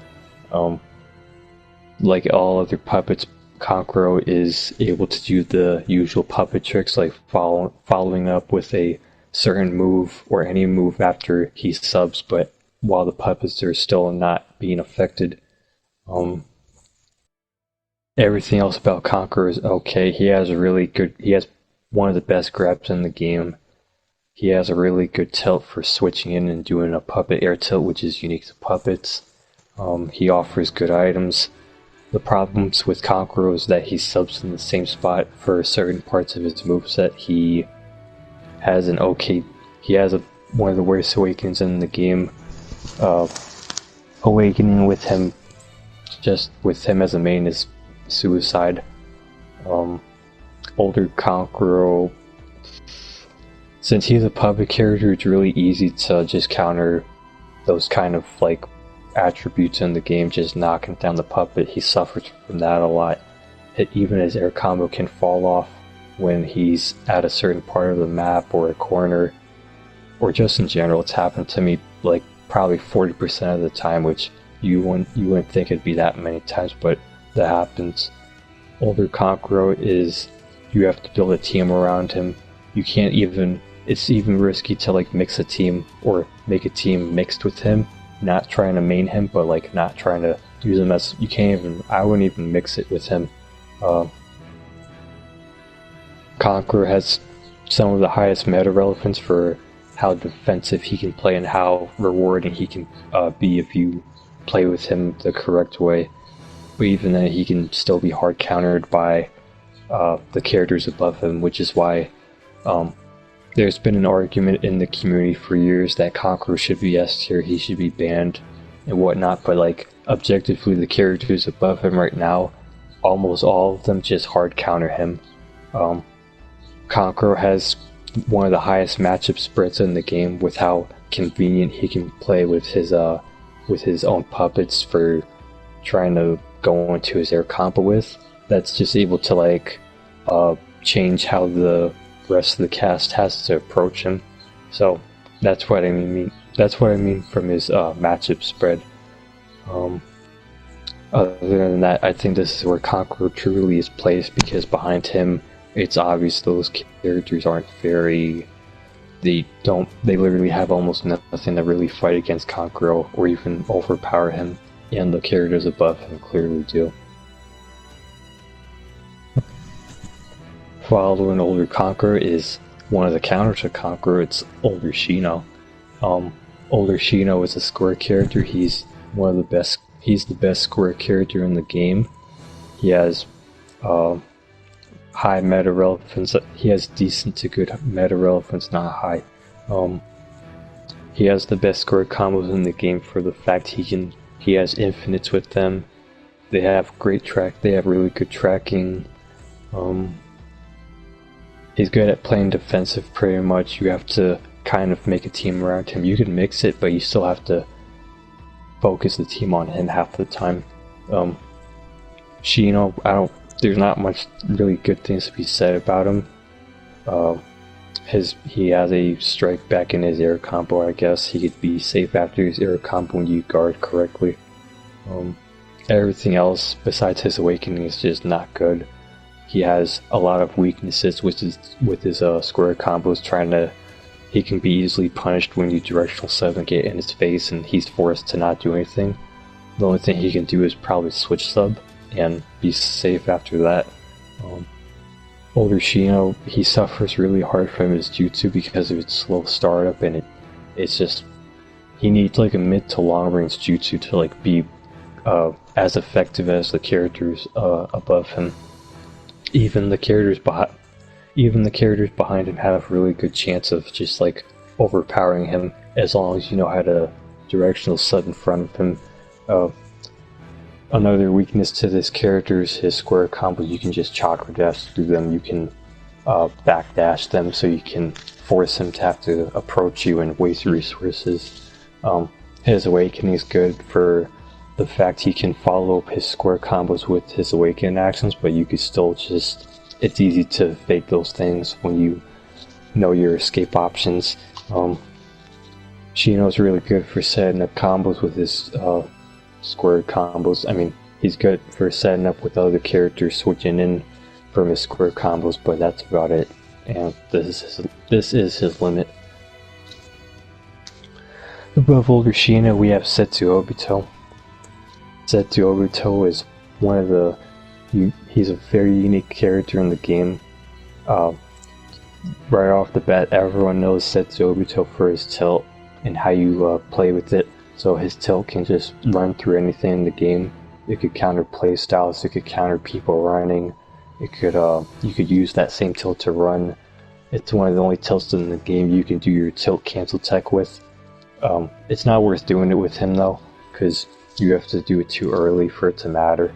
Starzerotachi's that tilt is really good for baiting counters and people trying to press a button thinking you're gonna attack first. Starzerotachi has one of the highest matchup splits in the game for just that tilt alone. He's able to counter certain characters like Conqueror and Shino, Tayuya, etc. He could counter zoning characters, etc. He suffers from the fact that he's just a one-trick pony. You have to kind of force yourself to make a team around him. His jutsus aren't that good. His wood jutsu is one of the worst in the game, and his fireballs it's just not as powerful as you would want it to be. He offers the best item set in the game, at least. Like, imagine if you had to pick him for the fireball and get like a really bad item set. So this character's awakening is not that good. You don't need to awaken with him at all. His combo potential is okay. He has a stun lock at the end to get off max damage in a way you want. That's all I have to say about him. Everything else is just average for this character.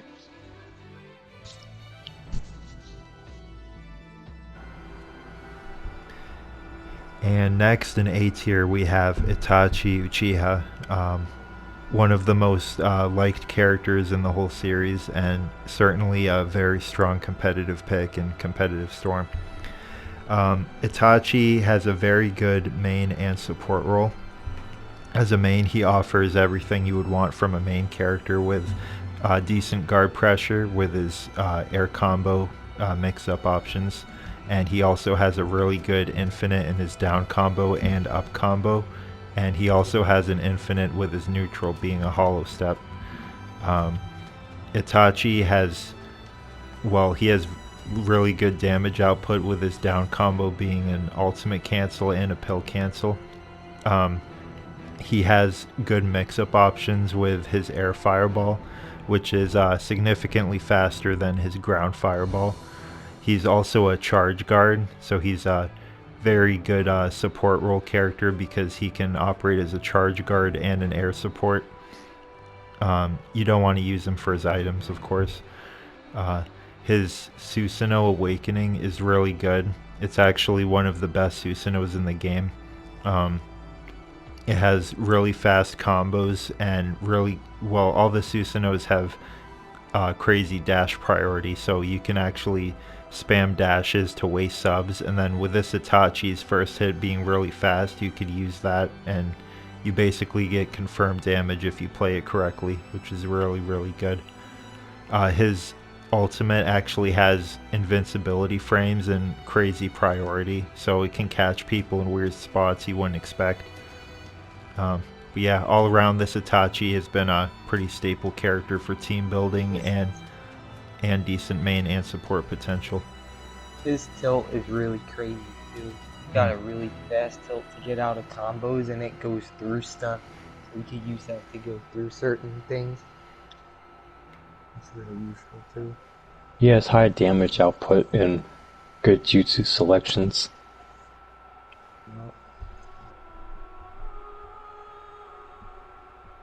His combo juggling is really impressive as well, like doing his up combo mid-air or even his down combo in mid-air, or while the opponent's in mid-air.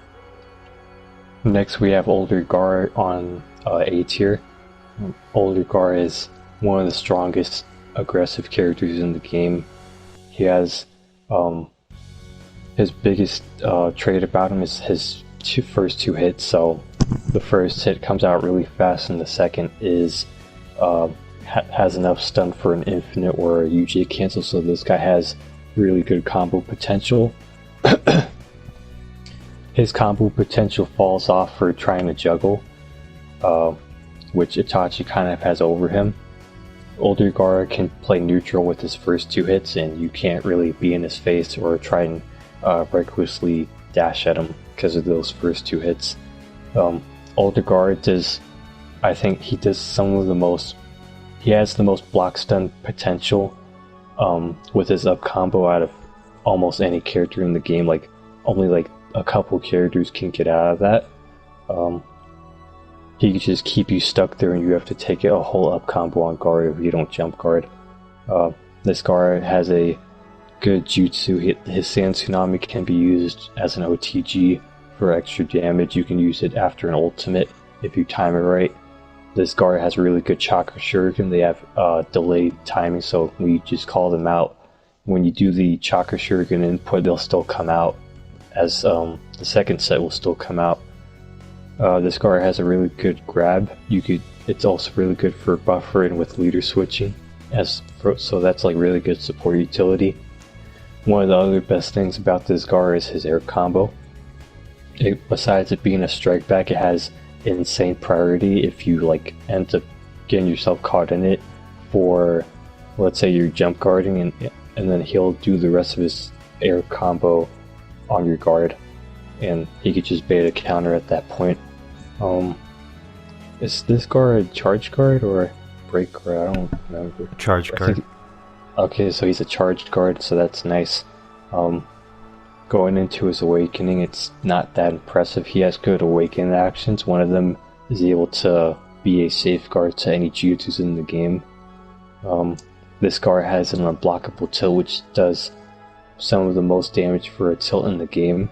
If you pair, so you have to specifically have Gaara with other characters if you want to get that tilt off in unique situations. So like if you have Karen and you have that tilt go through while they're blocking that jutsu, you take debuffs and you get a full attack through their guard. If you get that tilt off during like when there's debuffs, then like the damage you output is insane. Shout out to Discover Mouse, you know what I'm saying, he pushed Gaara more than anyone. Next we have PTS. I want to say that this Gaara has some of the best guard pressure in the game with his up combo. Almost no character can escape it. And one of the biggest weaknesses to this Gaara is his ninja move is actually one of the worst things in the game. Oh yeah, it sucks. He has bad ninja move. So following older Gaara, we have PTS Gaara. Now, PTS Gaara is just, he's one of the best support characters in the game. The fact his Sand Shower is just better than the other Gaaras, even both his jutsus, just makes this Gaara way better than older. So to go in depth, PTS Gaara Sand Shower is so good because of its instant startup time on it. So you could throw this out to like get people off you as soon as you sub. That jutsu is one of the best counters to the best awakenings in the game. It's also just a straight up counter to big awakenings. Best rush down jutsu. Oh yeah, so Sand Shower is one of the best rush down jutsus. It's one of the best get off me jutsus. This jutsu does some of the least chakra for jutsu in the game, so you can throw this out for like 5 times, and that's without switching. This guard plays charge. This guard is a charge guard, so you can. Oh my god, putting this guard with some of the best characters in the game, you could just make them awaken so easily and get it off easily. And charge guard just adds to that. Now going to this guy's combo set, he has really good combos for their range. The first 2 hits they're kind of deceiving for their range, so be safe, don't be reckless when you throw them out, but the 3rd hit and so on, they have insane range and you can just be safe with them. This guard doesn't have a traditional UJ cancel or really high damage output, so at the end of his down combo, if you time it right, you dash cancel before the last hit or on the last hit, and then you can pop a pill, like an attack pill, or even do an ultimate.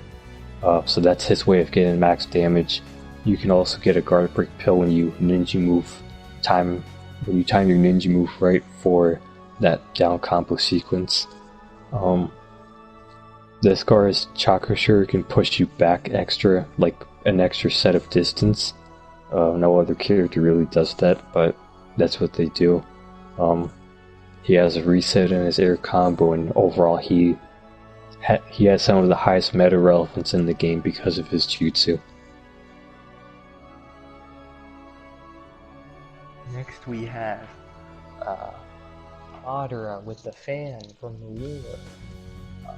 This Madara, he's really good, mostly for being a strike back and having multiple good jutsu selections. Both of them are pretty good, and he has really good guard pressure, especially for switch outs and for getting stunned.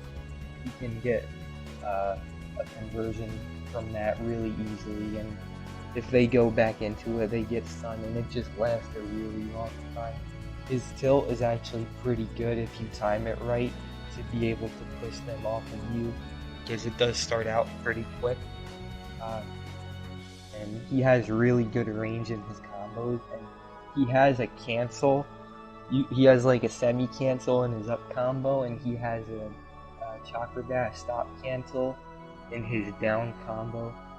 And overall, he's a really pretty good character. His awakening, I would say, is alright. I don't think it's that great, like very good, but I think it's pretty decent. I think the main draw of this character is the strike back, the jutsu, and the guard pressure he can get with his range. That's what makes this character so good. You have no options when this modder is trying to slow down his combos on your guard, because they actually don't lose block stun, and even if you try to delay your tilt at that point, try to like escape, they still have enough advantage over you to like switch in with their other character and just lock you down. Dark Mask does that the best out of anyone when using this fan modder.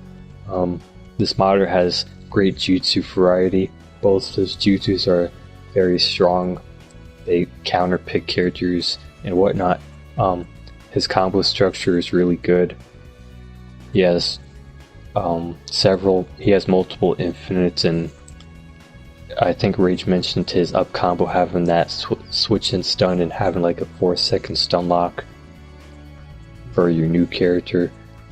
This modder can be put on a lot of teams, and he has it's very hard to even fight against him because of how he can just play with his combos, from my experience. And he also has one of my favorite grabs in the game because it has really good range and it hits them across the entire map. And if you want, you can still follow up and be on them when they get up because of how far it knocks them away. So I really like his grab as well. This Madara's ultimate's actually pretty unique. Being a wood dragon that comes out of the ground, it has a deceiving hitbox and it has pretty decent tracking.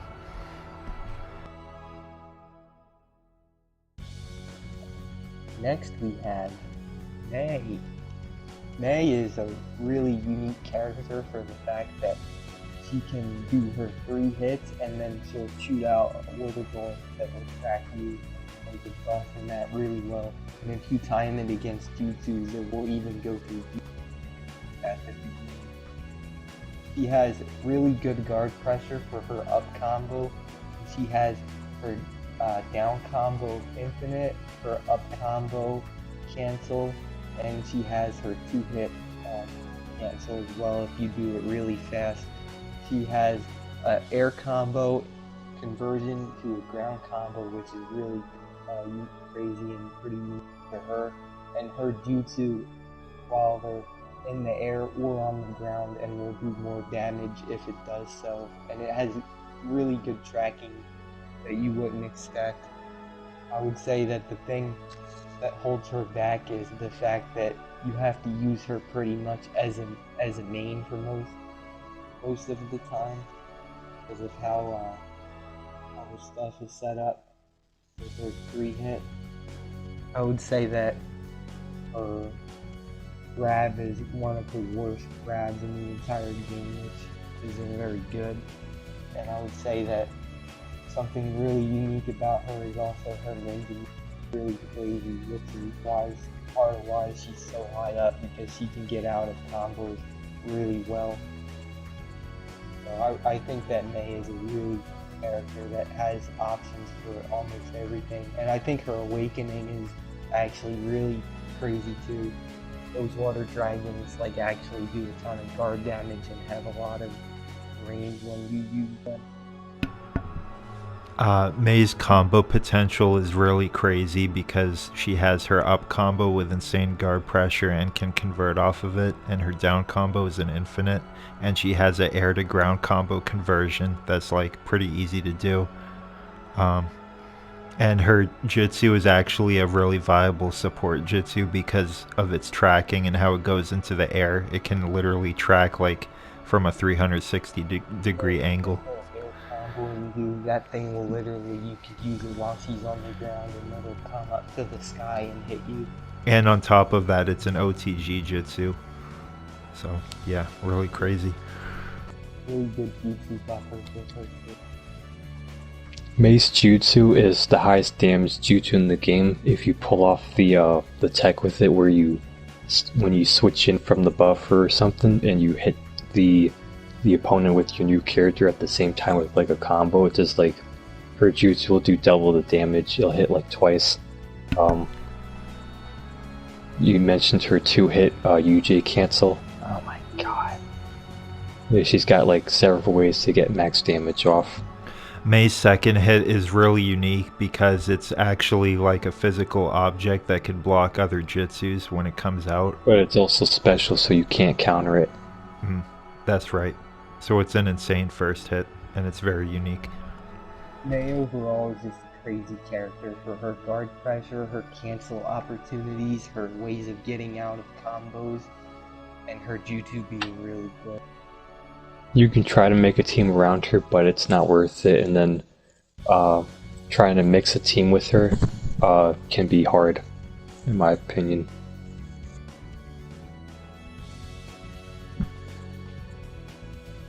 Next we have Kakashi. This is the regular Great Ninja War Kakashi, or the Kakashi. Not the garbage one. Not the new one from Revolution. This is the one from Storm 3.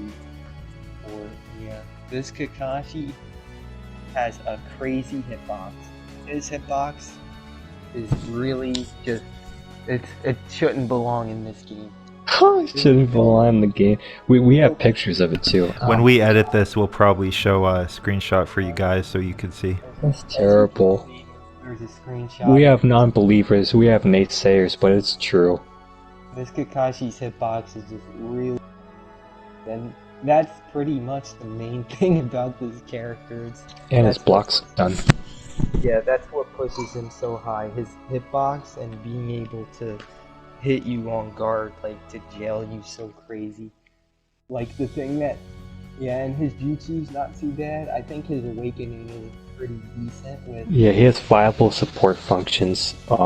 Charge guard, good fireball, and good lightning blade jutsus, and a really useful awakening to just pressure the opponent. Those lightning cables will guard break you like very fast if you're not careful, and they do insane damage. Yeah, it's really actually pretty quick they come out. I think that overall he's a crazy main potential, and he's a decent support for his jutsu, but I think the thing that's really holding him back is if he gets counter-picked, he gets counter-picked hard, because then He's like a liability. Yeah, he'd become a liability. If you get counter-picked, you would rather have a different team, because it makes everything a lot harder. And he doesn't have too many ways to get out of combos with how his tilt is actually pretty slow, so if you're getting comboed on guard, you're gonna have a little bit of a tough time getting out. It's funny for the man who knows 1,000 jutsu that in competitive Storm he's mostly known for his fists. Terrible.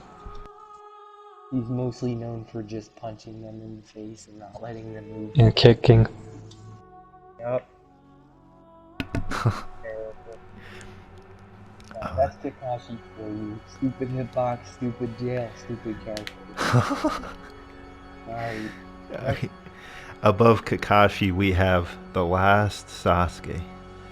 Now, for this Sasuke is actually unique for any character in the game to have a different trait for his alternate costume that has the same moveset. So this is the DLC Wandering Sasuke version, and this Sasuke actually has an additional hit on guard compared to the original version. So this is the superior version that you'd want to be using. This last Sasuke, along with Rene Sasuke, have the best fireball jutsu in the game, which is the Inferno Fireball Jutsu. This jutsu overpowers every other fireball in the game, and also mostly every other jutsu in the game. It also has a massive hitbox and great tracking, including when you use it in the air, it actually goes down at an angle, which is better than, say, Itachi's fireball.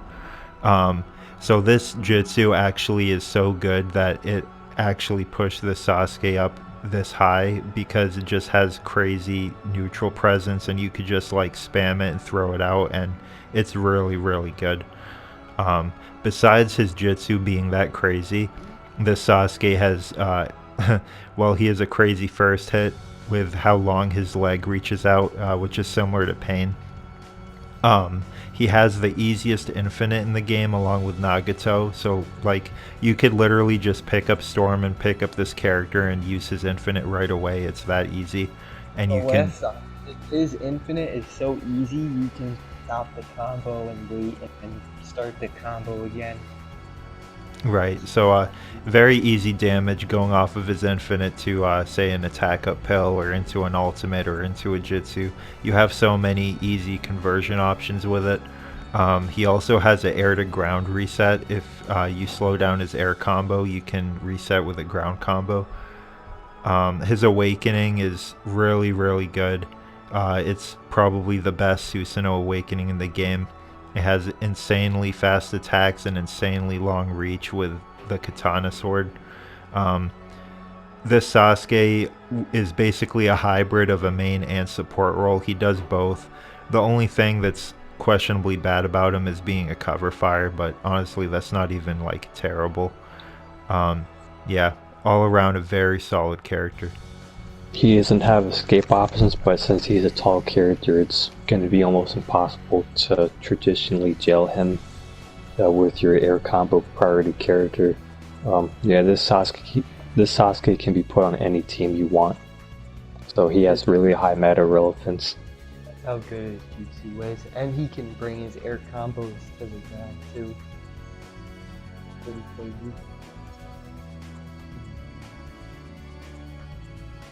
Next we have Shisui. Shisui is one of the best support options for getting in the entire game. His support is the best rushdown type jutsu because it allows you to really approach really safely and just get in on your opponent. You can just spam that jutsu and that'll be a really good defensive option or aggressive option. And his combos are just really good because if you do 2 hits or 3 hits, and then if they sub or if you stop it, he'll like turn around and instantly start doing his combos again, which is really unique to him and really crazy. He has really good guard pressure with his up combo. And he has a cancel with the fire if you time it really well. I don't think you can really infinite off of it, but you can actually get the cancel off if you do it perfectly. And he has an up combo stun lock. He's got really good.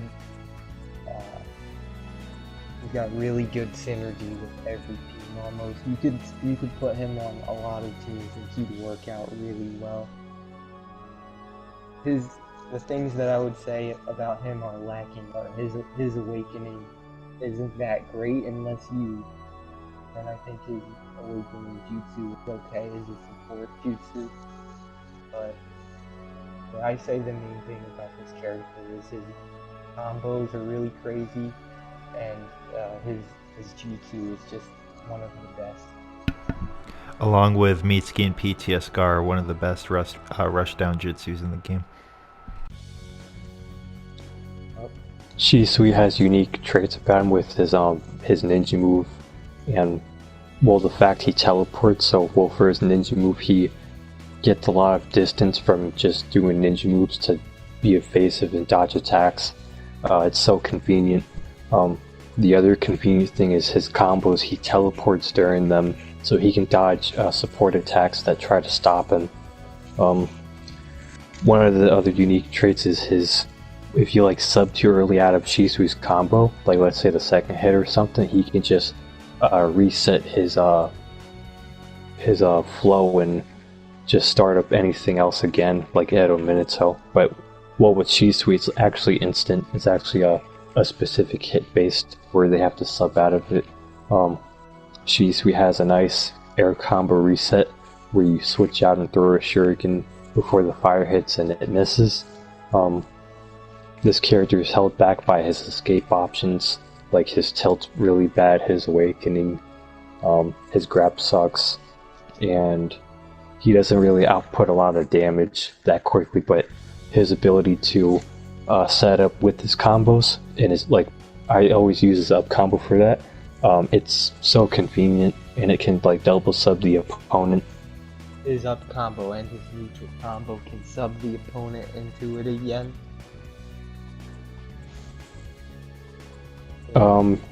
Shisui can also throw out his jutsu for like just baiting neutral. He could just throw out the first one and you don't have to commit to the rest of it, since the game takes his jutsu by like separate amounts of chakra for each hit, which is unique to him.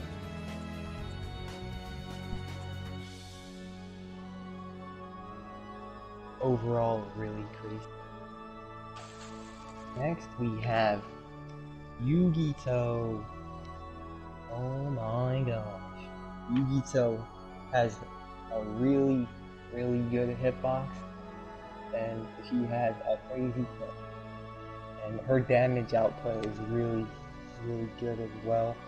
And her up combo on guard is pretty good guard pressure, and overall she can do most things as a main that you want, like get out of combos, cause a lot of pressure, and to just make it so they can't approach. So she feels like a really good role. But I would say the thing that holds her back mostly is not being the greatest jutsu, especially as a support, and also the fact that certain characters, like some of the ones right above her, counter her really hard and just make it really hard to play as her. And I would say her awakening is just not that great. I would say that she's a great main character, but Yugito's mash priority and damage is actually comparable to some of the S tier characters, and that's actually how good it is. She can rack up damage so fast just by, if she gets even one confirmed hit, she can do a tag conversion extension and do just way more damage. Her air combo is really crazy because it has jailing potential. Oh my god. When she flips, she like resets herself and she's plus on guard sometimes. It's insane. Her tilt is one of the best tilts in the game for escaping combos, and because she can camp with them. And if even one of the fireballs on the ground hit the opponent, they'll knock back and it'll cause a strike back. So it's extremely deadly. A lot of the community for years thought Yugito was just broken like the S tiers. She has qualities, but like the problem is like she doesn't offer pretty much any support functionality on teams. You have to mostly make a team around her, which holds her back.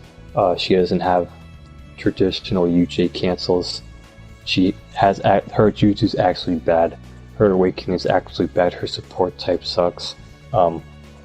And while you may think, oh, she's got that tilt and she's got that mash, but you can play around that tilt and just counterplay it with most characters. The only thing you have to worry about is her combo priority. Yeah, I don't think she's like deserving of being S tier like other people have thought. You can time the switch dash, like a blue dash, and then get under her while she's tilting. She does that on. Yeah, if you read that, then that's a super punish. You get a free combo if you can time it.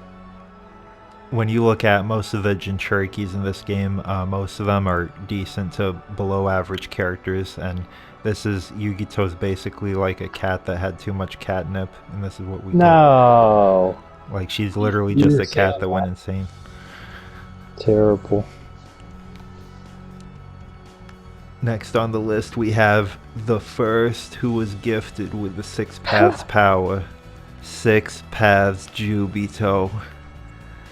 All of the characters that were gifted 6 Paths are insane characters besides the one who failed to live up to its potential, 6 Paths Naruto, who's unfortunately not on the list. But 6 Paths Jubito is a crazy character. He's pretty much like the archetype turtle character because his defense is insane. So this Jubito, where do I start? His main potential is ridiculous. His jutsu is completely unique in the game for going literally across the entire map and going through almost everything in the game. So his jutsu is actually one of the best zoning and long-range poking tools in the entire game. His ninja move is up there with Mei and Sakon with being able to escape, so he's really good lending that to his defense. On top of his mash, which is actually ridiculous, he has one of the best second hits in the entire game because it's like Mei's, it's considered a separate object, so it cannot be countered, and it actually stuns the opponent for a little bit, so you can convert off of it with item cancels or ultimate cancels. And it has ridiculous, like absolutely ridiculous range, which makes it better than Mei's. This Jubito also has a crazy neutral combo that can be cancelled into more conversions. His down combo has actually good damage, and his awakening is it's not the best awakening, but it's not terrible. The first hit sends out a shockwave, and if you can connect that, then you can basically get it confirmed, and the jutsu is pretty good. This Jubito mainly serves zoning archetype teams, and he fills that zoning role, so if you like want to play range, you could do it with him with his jutsu. And if you force your opponent anywhere near him, like, his mash is so good defensively that it's such a threatening thing for your opponent to even want to get in on him. So he's just like, he is the ultimate defensive character as far as I'm concerned with his mash. Jubito's one of the most well-designed characters in the game without being like super powerful like the higher A tiers or being weaker. He's actually like the best mix of them while not being like ridiculous to the point where it's stupid. Jubito's jutsu goes through every jutsu in the game. Several ways to get UJ cancels off and pill cancels. He falls off in his awakening because his combos, they don't have a lot of priority on them and they fall off. Yeah, he offers a good item set, which you could put him as a lead. His air combo's okay. Now the real problem with Jubito is like you can't juggle with him at all. Like he pushes the opponent back way too fast, and he already can't really juggle. That just hurts him from being higher. Yeah. All around, I mean, as a defensive player myself, he's one of my favorites, and he is a top tier defensive character. Above Jubito, we have another insane defensive character, which is Kakuzu. This is one of my favorite characters in the game, and Kakuzu can be considered the ultimate defensive character with his unique capabilities. Kakuzu has the best ninja move in the entire game, which means that unlike any other character, he can escape almost every, or mostly every combo in the game, save a few, with his ninja move. Kakuzu also was gifted with, I would argue, the best air combo in the game. This air combo with Kakuzu is so fast and it has so much priority that he can actually do a one-hit jail with it on a perfect connection or land connection, or if you time it correctly, his jail is ridiculous. His air combo causes a strike back, which is really crazy considering like how much priority it has. So if you get an air combo off, that's like you could intercept a dash with him and then get a strike back and then dash and convert with a ground combo. His ground combos are really good. As Pleiko and others have experimented with this character, you can do creative stuff like with his down combo you can do a pill cancel. His neutral combo finishes from really far away. Even if the last few hits don't connect, he'll still get his neutral finishing cutscene. His up combo is kind of useless, but his neutral and down combo are both really good. His grab is insane. It has it's basically an anti-air and it has a ton of priority, and it's a viable mix-up option. His tilt is almost useless, but it does have a stun lock, and it's replaced as an escape option by his ninja move, which is incomparable. His awakening is a top 10 awakening. It's really, really good. It has insane map presence with how fast and how much like firepower he throws out with his attacks. Also, his awakening jutsu is like similar to Jubito's. It goes extremely far and it shoots out from the air. This Kakuzu is pretty much like a main role character, but his support role is nothing to scoff at, with his jutsu being extremely good. He throws out his Searing Migraine with insane tracking, and it causes strike back as well. If timed correctly with the jutsu, you can also break guards pretty easily. This Kakuzu was he was one of the most well-designed Akatsuki members in the game, and I applaud CC2 for making him. Kakuzu has some infinites in his awakening. As a normal character, all of his max damage routes are from his down combo, where you can do pill extensions and gain off ultimates with. His jutsu can also track up in there, which is super convenient. You could bait out let's say someone subs your combo too early, you can just jump air combo with Kakuzu and he can redirect and just instantly pressure the other player that's trying to sneak up from behind. Similar to Found That Tech.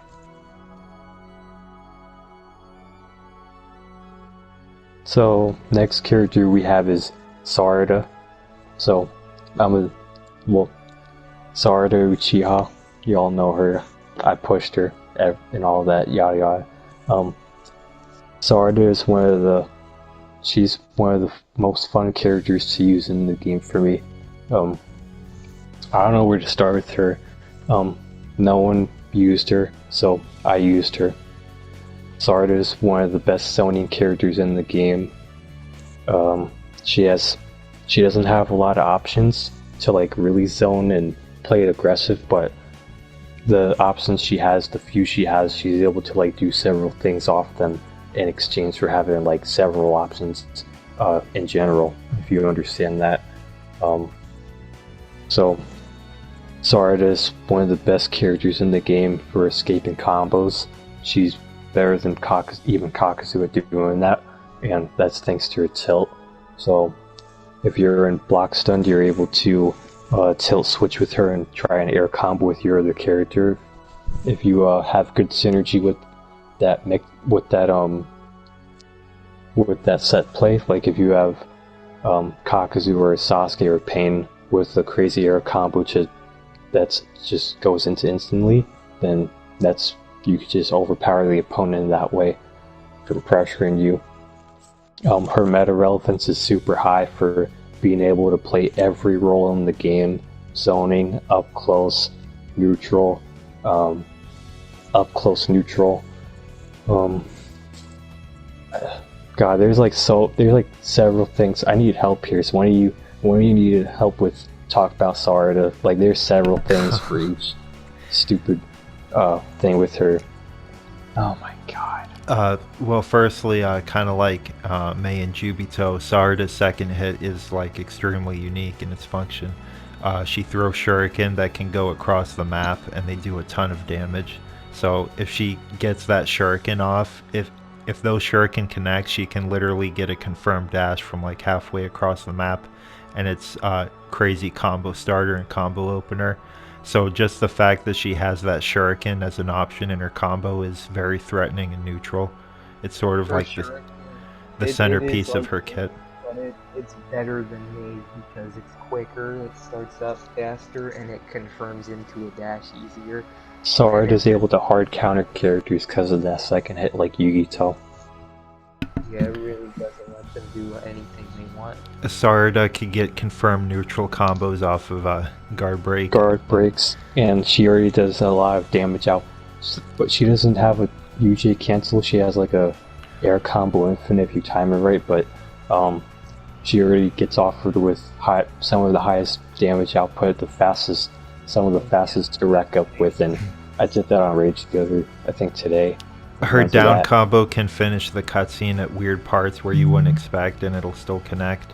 Her up combo has crazy guard pressure because the shuriken she throws out at the end actually track, and she has guard pressure mix-up options with her air combo that can actually pseudo jail.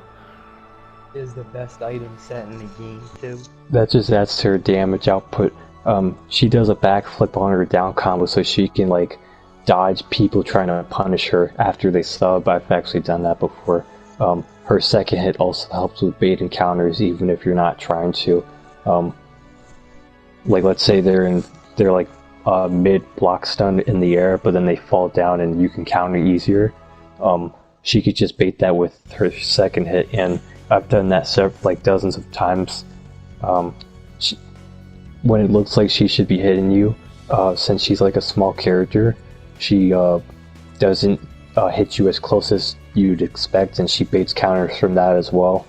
She has a small model, so she can dodge attacks a little easier than other characters. Going into her jutsu, that's just one of the best defensive jutsus in the game, for the fact that it causes a lightning trail, and it can just stop opponents from in their tracks from trying to punish you. That also helps with going for awakening if you switched in at the right time. Doing like a 2-hit jutsu switch and then throwing a shuriken with your new character, that's like just confirmed chip damage. And her second hit also helps with people unable to charge their chakra. Oh my god. People say that's just too overpowered out, but I'm telling you, just dodge the attacks, you'll be fine. Her ultimate ability has to just chip out. Oh, that ultimate. Okay, so that ultimate is glitchy. If you touch her before like she's finished doing the animation of the attack, you'll get caught by the ultimate. Oh my god. Sarada's weaknesses are she's just her only downfall, she gets nothing in Awakening, which is unfortunate.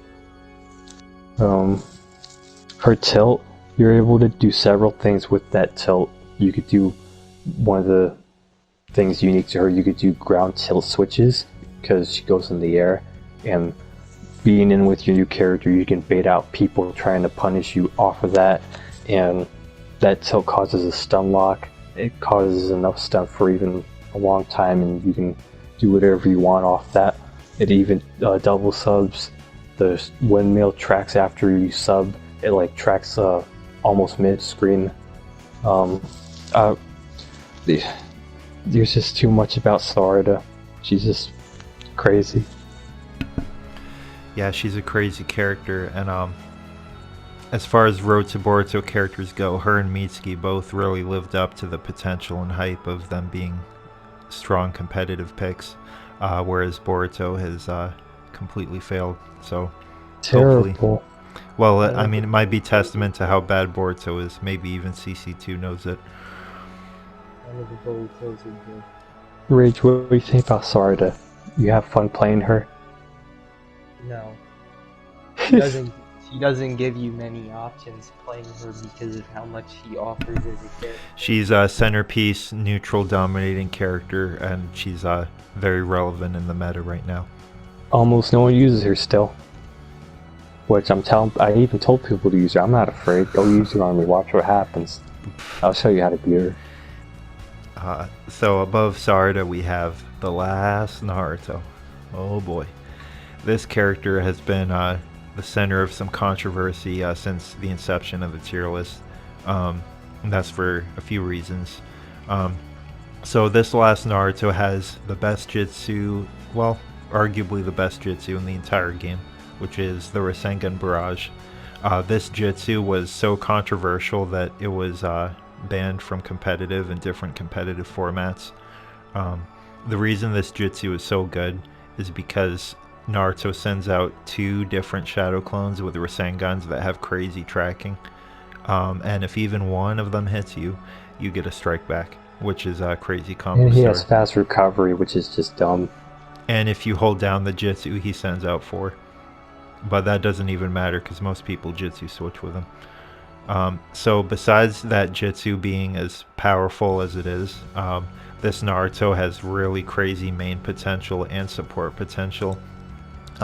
Being a Naruto, he is a strike back and has great items, so he's a natural crazy team building character, even without his jutsu. And as a main, he can do his full down combo off of a stun for a ton of damage, which is always really good to have as a main. He has good guard pressure with his up combo and air combo. His neutral combo can finish early and cause an early cutscene, which is always really good. His tilt is it's like not the best, but it can actually escape combos really good. So there's always that as an escape option. This Naruto can, like the other one, sub in the same spot more often than other characters, so that's one notable weakness to him. You want to be careful when you sub with him sometimes. And also his awakening is pretty bad, so you don't want to use him for awakening. But yeah, it's pretty much his jutsu and like just being a really solid main character that has him this high on the tier list. He has some fast priority on his air combo. He could just punish people really good for trying to escape his guard pressure. He even does that to Sarda, which says something. His up combo you can switch out of, and it has a stun. And also his down combo and his neutral combo both finish from not connecting fully, and his down combo you can do fully on a guard break. He's held back by subbing in the same spot. His awakening sucks, and he has no real UJ cancels. You're forced to switch out of him if you really want that, but yeah. He racks up a lot of damage really fast, like Sarda. And the best items in using. And his jutsu can help lock down characters since 2 clones come out.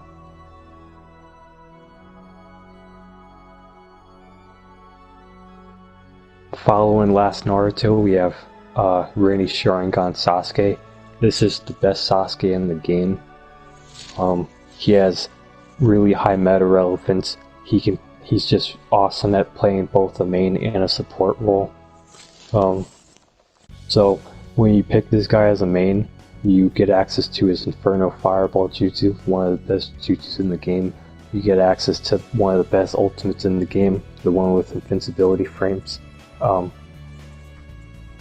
I don't know, starting off with this Sasuke, he's super versatile, from his ground options to his air options.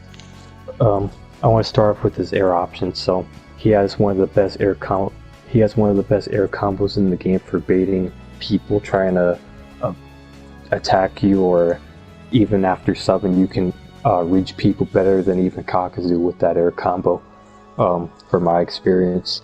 Rini Sasuke's ground potential, he's got like so much options. He has one of the best tilts in the game for escaping combos. He has unique guard pressure where he does 3 hits on guard, but if you're fast enough you can do your directional jump shurikens and jail the opponent and bait counters and do switch buffers and whatnot and just keep the opponent locked with that mini jail. Rini Sasuke has good hit priority. He has unique combo routes to get off max damage. He has multiple to almost several ways to get off an ultimate for max damage. I found all of them for the mid-air combo thing, the juggle, for doing a 2-hit and 3-hit. The Sasuke can play defensive with his Infernal Fireball. He has the same Susanoo as last Sasuke, one of the best Susanoo in the game. This Rini Sasuke has arguably the best Shuriken in the game. They're the fastest in the game. You can keep the opponent, you can stop them from charging chakra, you can stop them from even awakening. Oh my god. Yeah. He's just got about everything you'd want. The only things that really hold him back is you have to pick him as a main. He doesn't do a lot of damage that fast.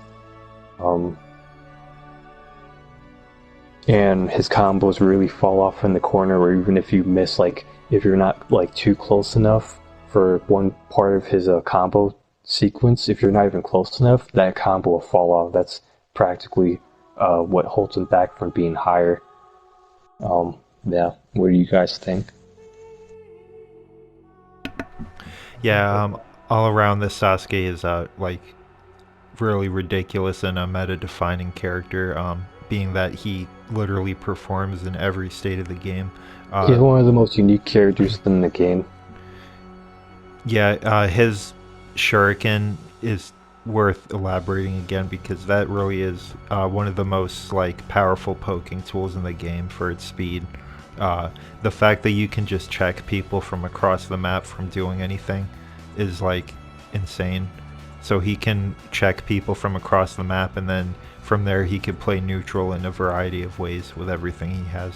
So very good damage on that air combo. You could rack up so much damage with it.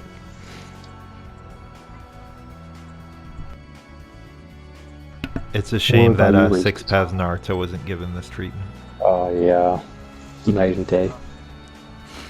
Yep. Just sucks you have to pick him first. Alright, now the final character on A tier. This is the borderline of next tier character. We have Pain, the meta-defining character. He is really the meta. Oh my god. Any one of us can really just talk about him. Pain is the most consistent character in the game for a main and a support potential. He just maxes out at them. I mean, what's not to say about him? Everyone knows about Pain. He goes on, everyone uses him. He can be fit on any team in the game. What do you guys have to say?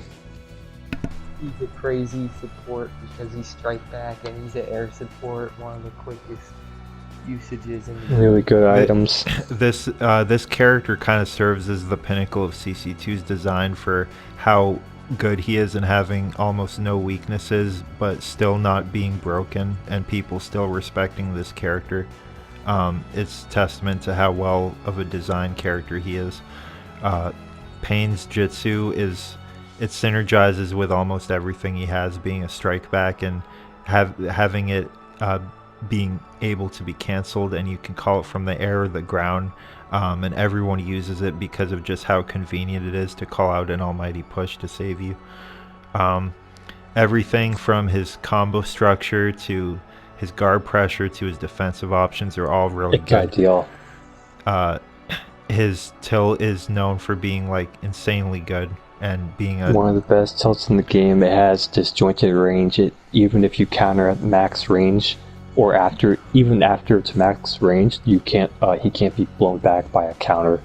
So that's some broken qualities about other broken qualities is his jutsu being able to get cancelled. His air combo has so much range on it and has a back hit. He has great ways to even zone with his chakra shuriken. You can lock down with his jutsu when you're on guard on the other player. There's even a way to lock down the opponent with his combos to where you can't really move out. Pain can just set up with his combos for switching into another character. He has several ways to get off ultimates for max damage with they're like rev cancels, but they still count as a store 3 cancel, and you get off max damage. Pain can literally do almost anything that you want to. Pain has one of the best awakens in the game. That's enough to be said about that. Even yeah, his that's grab, it's crazy. Oh yeah, his grab has a lot of range on it, and it's kind of disjointed when it looks like it shouldn't hit. Whereas these other characters are, you could say they're specifically designed and catered to be either a main or support. With Pain, he has max main and support potential, and no matter what situation you're in, whether he's a main or support, whenever you're using him in any way, it's always good.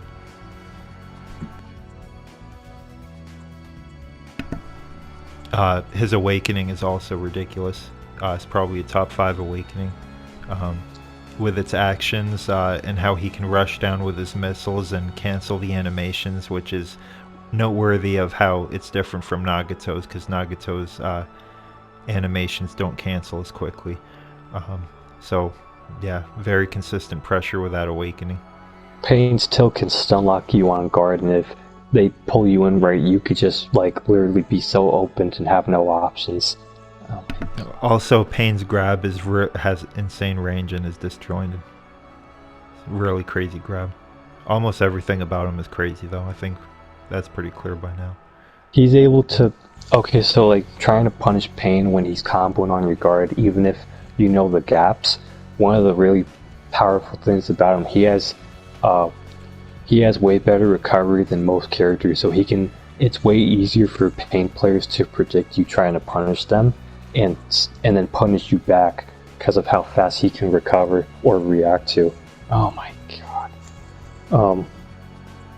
Pain can slow down his combos on guard and make you have to guess and mistime your punish moments. Yeah, he's ridiculous. And you can say one criticism to Pain might be his lack of zoning options, but his strength as a main for being up close is balanced out with zoning options by having his chakra shuriken. It's actually really fast and a viable zoning option, and his ultimate he can throw out from time to time to put map pressure on. He can mix up with his almighty push if you let's say you switch back to him while the player attacks your new switched in character, and then you can just see them get opened up from being aggressive, and you can cancel into Pain, or cancels Pain jutsu once you switch back and tilt with him or something. I've done some crazy stun lock setups with that. Oh my god. Yeah. What do you think, Rage?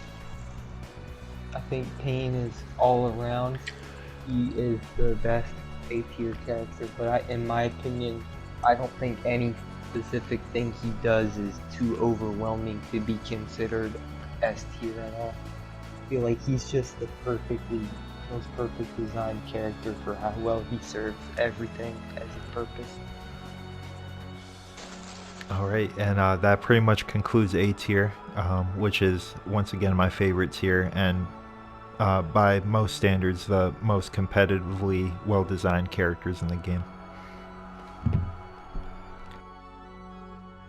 The last section of this list is SNS+. The whole idea that these characters represent, besides being labeled as broken or game breaking, is that they are the most dominant.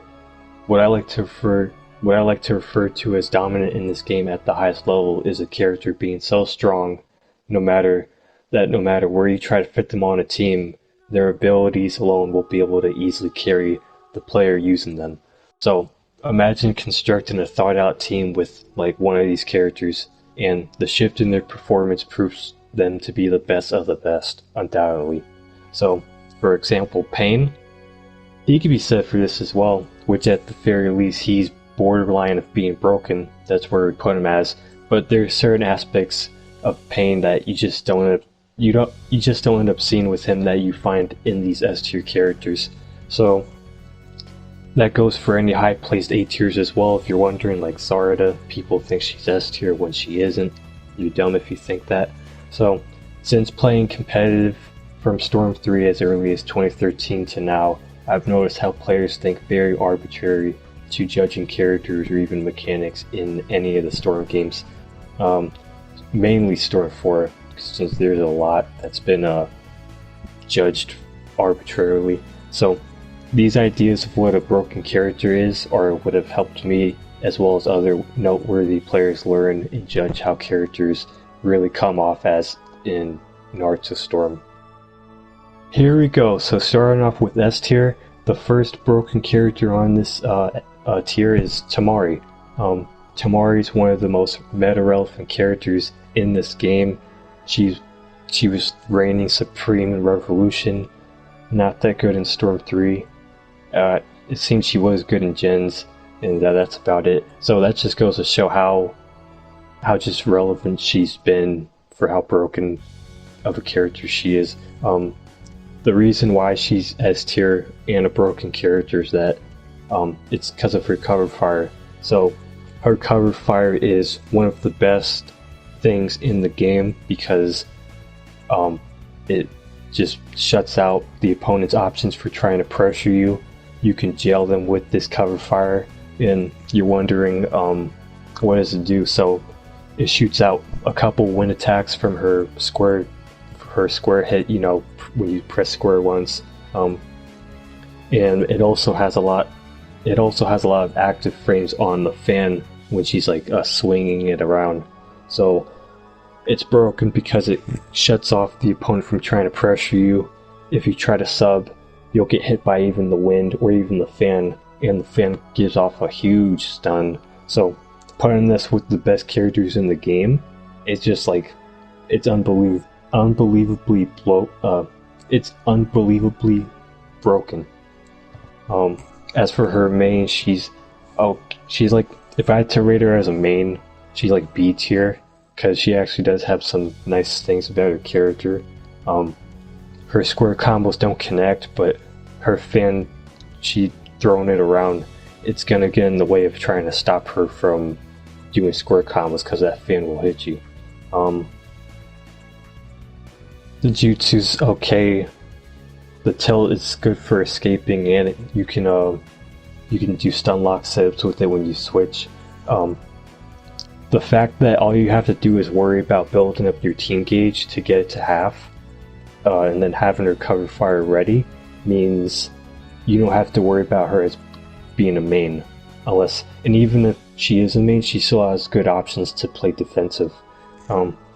Last thing is her awakening. It's really good. The awaken actions are really good, and they also help her set up with her square combos. Putting her awakening on when you link awakening, it just helps setting up with your other awakened characters. So yeah, Tamari's broken. She's one of the most broken in the game. CC2 needs to fix her cover fire and get the fan to stop having active frames, so that you can at least punish the player when they try and rely on Tamari cover fire. So next character we have is Guy Sensei. Now we have Night Guy as the picture for putting him there, but so I'm gonna start off with saying the abilities Guy has, he only has when you pick the 8 gates version, and the other one does not. So Guy is broken for his counter dashing. It's a unique mechanic to him. It's counter dashing is one of the most broken things to be able to do in Storm 4. You can counter dash through combos, just shut off people from trying to approach you in neutral, and even assuming that they think they're gonna get some priority on you when they dash, but then you shut them off with your counter dash. Guy is also a dash cut, so that's also a broken mechanic. His awakening gives him the most unlimited potential for cancels and setups and pressure in the game, in my opinion. That's all. Everything else about Guy is okay. His range is average, or it's below average. His damage is okay. He's basically just ridiculous because he can counter dash and be in a dash cut. Next character we have is Sage Hashirama. Now there's a lot to be said about this character. Sage Hashirama in the meta, he just supplies roles for being on a lot of teams. He's a ridiculous main character, and the few support options he has, like his jutsu, his shuriken jutsu, and being a charge guard, that's just enough for him to make it through for being so reliable because of how ridiculous he is as a main. So I don't know where to start with him as a main. I want to start with his combo priority, or his advancing. His combo, his forward advancing, and his priority and his hitboxes, they all tie into each other to be like a ridiculous mash character and having so much pressure options. Sage Hashirama made S tier. He made the title of being broken because of his ability to stun lock the opponent on guard. So Hashirama's block strings are ridiculous, with the fact that they have so much animations happening at once, to the point he has stun locks, like consistent stun locks. So for instance, I can do counter on the third or fourth hit, and the opponent's going to be forced to have to sit there, and if they're going to react to it, they have to switch out. That's their only option. They can't even counter when it looks like you can after the attacks are stopped. But yeah, that's why he's broken. Everything else is pretty much high A tier stuff, but yeah, he just has ridiculous combo priority. He has one of the highest damage combos in the his down combo does the highest damage for one in the game. He offers good items, so when you have to pick him as the main for the Shuriken Jutsu, you can get the great items. I don't know where to go more of him. I mean, his tilt's really good after subbing because it's like very instant and it lingers. It's good for people that are trying to rush you down after you sub their combo or something. His awakening's ridiculous as a linked awakening because of the way he can set up combos with it using leader switch combos. Speaking of that, as a main, he has one of the best leader switch combo buffers in the game, as everyone's seen. So yeah, he just has several to almost a dozen tools as in his kit, and he's able to just be super dominant in the meta because of that. Next character we have is Nagato. We have one of the most brain-dead broken characters in the game, Nagato. This character used to be one of the top 3. He was either top 3 or maybe even the best character before patch. He hardly got nerfed. So Nagato is up here for the fact he's just super good at what he does. He can be as aggressive as he wants, and he has little to no ways to really stop him from having those options. This character has one of the most annoying block strings in the game, with how long it is and almost no gaps in it. He's able to jail you consistently from doing dash cancels during the parts he throws out of shuriken in the combo. Those shurikens in his combo are one of the reasons why he's so broken, because of how much stun they have, the priority, you can't dash them. They even spread out mid-air, so you can juggle people in mid-air with just repeating his combo over and over, and they can't escape that. So what I'm trying to say is Nagato is one of the best juggle characters in the game for racking up damage and continuing combos, as I explained. he also has options like his universal pull. It's good. Not as good as Pain's for range, but it's good. It's good in its own right because it like lingers as lingering animations after he already does that pull with his hand or his arm. His Almighty Push is smaller than Pain's, but it hits multiple times, so it can help you awaken and bait out subs and whatnot. He also has Pain's Awakening. It's like slightly not good because he has more startup time on doing his awaken actions, but it's still really good. Yeah, this character's just insanely brain dead for being a main with he's just insanely brain dead for being a main because of his aggressive combos and no options to stop them. He can practically be put on any team with how easy he is to use. Following Nagato, we have Neji. So Neji is like another version of Kakashi. He's like a mix of Kakashi. Yeah, he's like a mix of Kakashi and Yukito. He's also one of the best combo aggressive characters in the game. Neji's the best at it because of how much forward momentum he gets from starting up his combos, and not much ways to just dash him because of how much hitbox priority he has from that. This Neji, he's more versatile than Kakashi and Yukito because of his jutsu selection and his guard pressure options. What else? He has a way better tilt than those characters, and I'm trying to compare Neji to these to characters like Kakashi and Yukito because that's what people assume, or that's what people will generally understand when I'm trying to compare characters like that, because we all know how they affect the game and how ridiculous they are. Neji, he has a great air palm tilt. He can actually slow down his tilt to bait out people from subbing or trying to dash you too fast. Going into his jutsu, his best jutsu is not his air palm, it's actually the rotation. That rotation can double or even triple sub you. If you're actually close to the wall, you'll sub back into that jutsu and you're forced to have to guard that whole jutsu, and that jutsu does a lot of guard damage, which is great. He could also cancel it so he can instantly go into combos. Oh yeah, the reason why he's better than Nagato, his rotation jutsu compared to that Almighty Push, it's not like an instant knockback attack. It's actually like a combo based hit attack where you're getting hit, and given Neji can cancel his jutsu, he can just start up a combo with that, and it's so good for him. This character, you don't want to awaken with him as a main because it's a bad awakening. It's better as a linked awakening, so you can do more setups with that rotation jutsu and such. He just has great combo priority. He has some of the best combo priority and juggling in the game as well.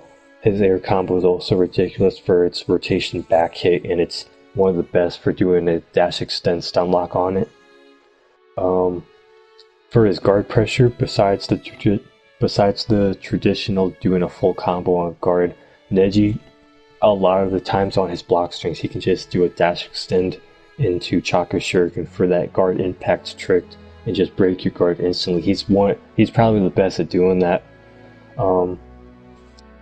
Neji on the best. Now I want to talk about Neji's team role fulfillment. It's kind of hard to make a team out of him, but he goes the best with, or Tamari goes the best with Neji because he's already ridiculous with his combo priority and just little to no ways to hold him down when he's on the advantage. Putting him with characters that can awaken also helps, so you can help set up those awakening characters with rotation. It doesn't really matter kind of what team you put on Neji. He's just super good, and that's all I can really say. Following Neji, we have Danzo. Danzo, compared to the last set of characters, he plays a lot more roles than the characters before him. he plays very different, and he plays more patient, in my opinion, than the previous aggressive characters. And that's thanks to his insane jutsu and his insane tilt. Both of those moves have a lot of disjointed priority on them, especially his tilt. His jutsu is one of the fastest startups in the game, and since it spreads out as it like moves on, it just gets more disjointed. Danzo's jutsu also, once it goes through supports, it can also do extra guard damage on the opponent that was behind the support, or even hit them still. Danzo, his guard pressure isn't as good as the previous characters, but he makes up for it with the ability to play 50-50 with guessing the counter breaks or the gap breaks as such. That's a great advantage for a character when like you have the sub advantage over them, or even when they have 0 subs. His tilt's ridiculous, like I said, that's probably the best tilt in the game because of its just usability. You can use it in like multiple ways, and it's always like super safe for Danzo. He has one of the most broken combo finishers in the game, which is his neutral combo. When you finish this, like, he doesn't have a traditional guard break full combo like Nagato, but what I'm trying to say is not Danzo's neutral combo, when the guard stun loses at the end, but it's at the end where the wind part hits. So, and when you hit the wind part, when they sub it, they're forced to sub in the animation, and they'll always get hit by that, which is really broken. Everything else about Danzo is, well, not everything else. His hitboxes are also pretty stupid with how he moves in forward. He just doesn't go in as fast. I think that's how Rage talks about it. This character kind of, the last thing about Danzo is his awakening. It's up there with Sage Madara's awakening, one of the best awakenings in the game. When I talk about how characters have to, if their awakening allows them to change their game plan, which Neji's doesn't, which hurts him. Danzo's changes its game plan for how he plays and how the opponent has to play to a point where it's literally unfair. Danzo gets access to 2 extra substitutions, so he already ignores the punishment factor of having to awaken as a last resort and not have to worry about sub advantage of the opponent. The opponent having sub advantage. Danzo's, oh my god, his stupid tetragram seal it's a one-shot kill. It's the most broken ability in the damn game. CC2 still didn't try and nerf it hard enough. This tetragram seal is a one-shot. He could have 1%, you can have 90% health, and he could just win the game like that. That stupid action is broken because it can sub you inside if you're not careful. If you're like in midair, you have a high chance to just sub back into that thing and waste all 4 of your subs and lose the game because of it. He could do this stupid action off a guard break. It's terrible. Oh my god. Danzo's tetragram seal, if he has no subs, if he's caught with that, or if he misses with it in general, he avoids the punishment factor of having to force a sub or force like his own damn round by just chakra dashing out of it, which is, it's literally he's literally defying the game's universal rules. Danzo's awakening combos can be unreactable half the time. They come out super fast. They're projectiles. I don't know what else I could say. They rack up so much damage, and let's say he racks up damage while he hasn't used his awakening actions yet. That just forces the opponent to have that sit in the back of their mind, and their whole Yomi has to be so altered to the point where it costs the entire game. You don't see that with any other character in this game. Danzo's, what else? He has some gaps on his block string and awakening, but that could still be used to his advantage, like canceling his second hit with the awakening tetragram seal, and going based off that. What else about this character for the Awakened? I think I'm missing something. He's just one of the most meta-relevant characters, and the Awakening is not even the Awakening. Even as a main, he's super relevant as that with what he's able to do. So following this stupid Danzo character, we have Six Paths Mater, and now we're at the point of, what is this? Oh, we're at the borderline of next tier character. So yeah, Six Path Mater has the potential, or he's borderline of being a game-breaking character.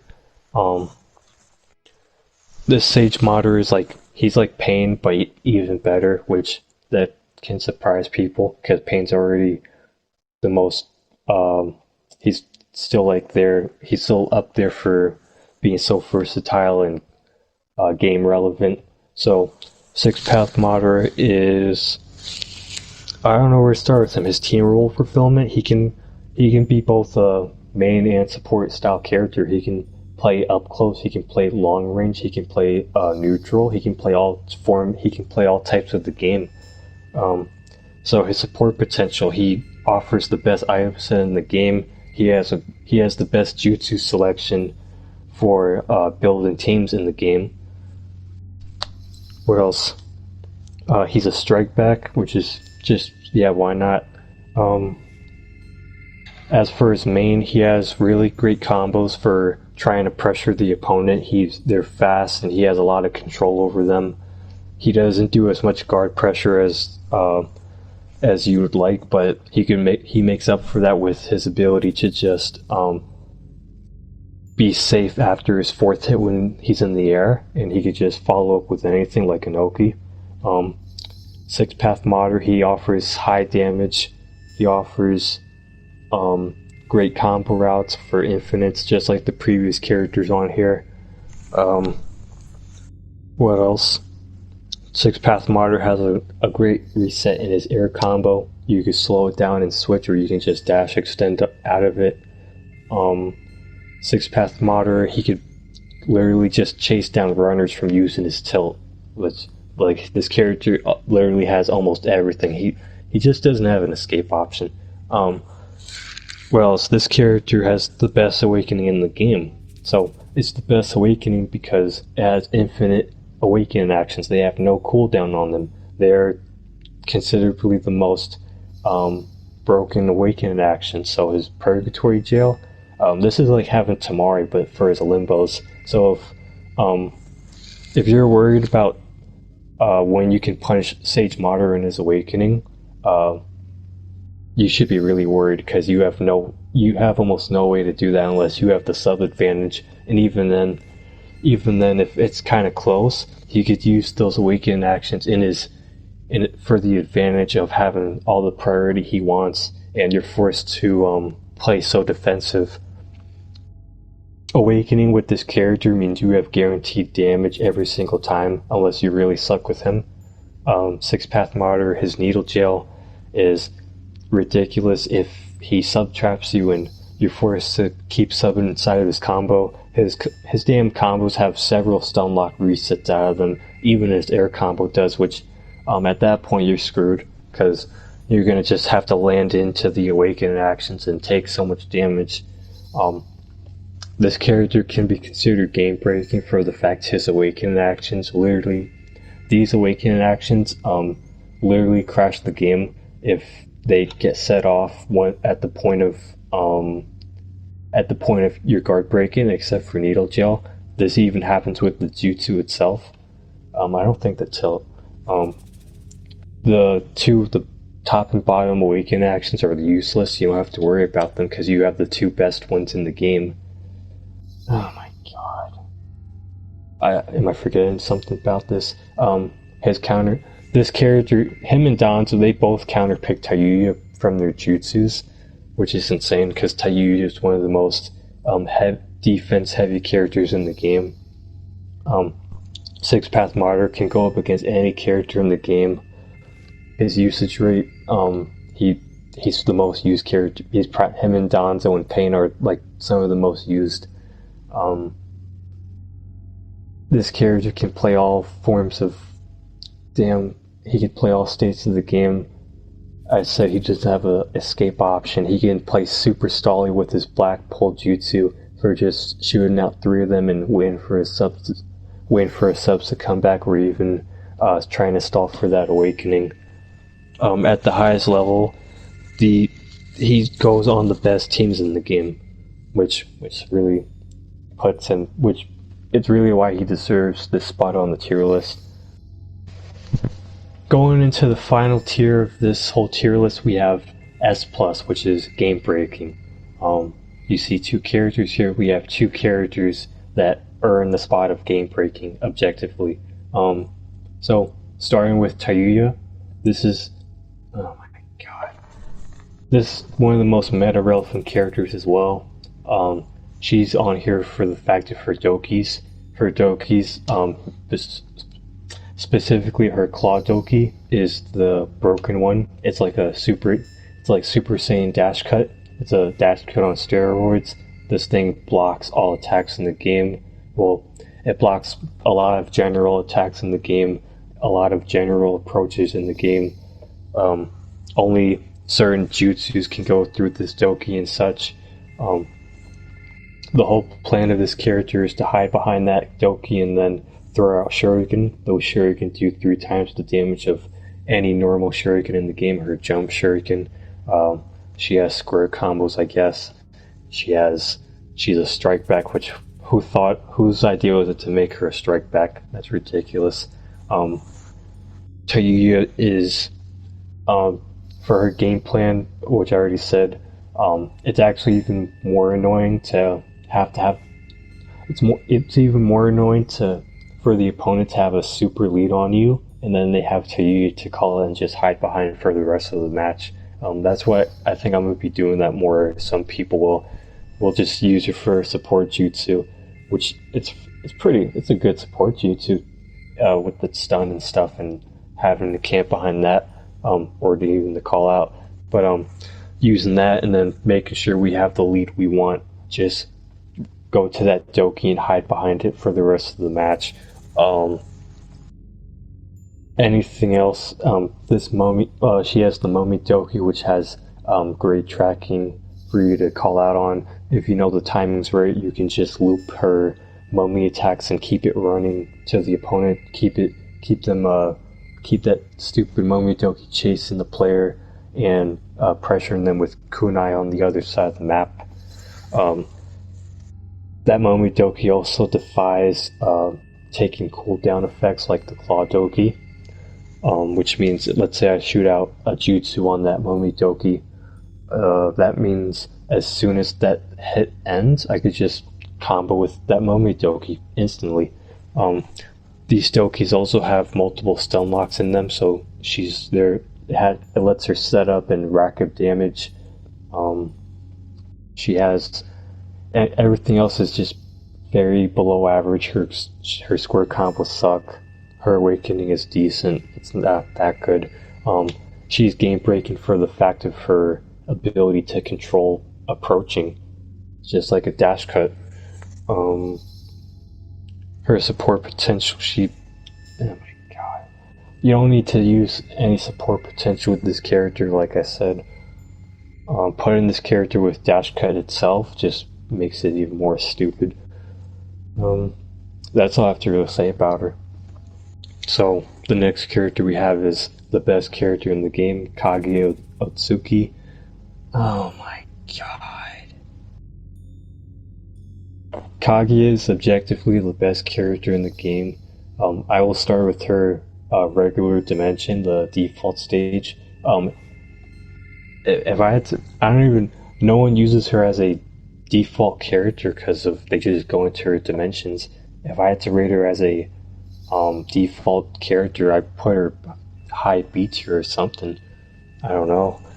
Maybe even, yeah, that's a hard one, high B tier.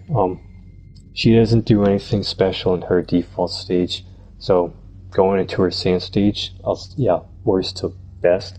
Her sand stage is horrible. Stupid gun we tried to tell me for an hour how good the sand stage was, and I told him it sucked. So going into the ice stage, this is her second best dimension. Now, before the actual criteria for that, Kage has the ability to instantly go into the dimension she wants at the very start of the match by doing the sub and item trick, just like for doing it with your normal character, where you sub and you throw an item and sub, but you can't sub or something, and you take the attack. But for Kage, she gets invincibility frames. That's already ridiculous. The fact she can switch her stage means you can just change. You don't have to worry about what map the opponent picks. That literally breaks the game already. Going into her ice stage, she has very annoying delayed interval ice combos. So as soon as you press circle, that the ice combos will come out. They do good damage. They're very good for doing combo buffers with into your other character. Her ice jutsu, I'm learning recently that sometimes half the time you can't even sub it on the last impact of it. Which I'm trying to say is, if you remember before patch early, very first month of the game, if you got caught in her ice jutsu, you couldn't sub anything after that. You were forced to even take an ultimate. That thing is still present with the ice jutsu. You can rack up some damage with a couple combo hits, or practically anything except an ultimate. I'm gonna try grab soon. I'll see what that does. Yeah, so her ice jutsu, or her ice stage, is insanely good for fighting against any awakenings in the game, even the best awakenings, because of having to force the opponent to basically not be on you, since those delayed combos will save you. Going into her lava stage, this is literally a game-breaking stage for the fact that the lava combos go through your opponent's guard. They don't even break it, they just go through the guard itself, the combos itself. So you might wonder, why is it broken if it does little to no damage? Her lava combos, especially with buffers, they allow you to do some of the most top tier combo setups in the game, like doing combo switch buffers. You could get out at least 2 parts of her lava, and if your opponent is in a situation where they literally can't do anything, or if they're not reacting fast, or even if you can react, you can still get caught. Being up close against Kage and lava, not many characters can win that battle. The lava combos have a lot of stun on the hits. It's probably comparable to Nagato's Shuriken for that amount of stun. One way this lava combo setup is guaranteed, or 90% guaranteed, is if you're doing it on the opponent's wake up, where they're forced to just hold guard at that point. Even switching in to try to get priority won't even save them. You have to switch to a character on the map that you called out earlier to even escape that, which most of the time is no. The lava combos have back hits on them, they still give you that ridiculous stun time. So, oh my god, I don't know what to go on next. Her Shuriken are great combo starters, or once they get confirms from the square Shuriken, it's just you get convenient routes from switching into your new character and doing something with that. Her air combo does a lot of damage you can rack up with it. It also redirects, so she can redirect to anywhere you're on at the map and hit you still. Kage is... when she gets to the ground from her air combo, she can instantly start up a lava combo, which is... oh my god, ridiculous. Lava combos have the best stun locks in the game. They can last up to maybe 3 to 4 seconds if you do the backdash one before on the second hit, or on that, then 4 seconds stun lock. You can get an attack pill and a defense down tag with your new character and get an ultimate. That's a real thing. You can switch the stage. If you're worried about the opponent calling out supports while you're doing lava combos, they'll always stop the supports. There's no supports I've ever seen just stop her, since it's Oh my god. It's literally, they look like a wall, those lava combos. How much did I say combos? Her lava combos have great anti-air range, so she can clip people while they're trying to jump over her or something.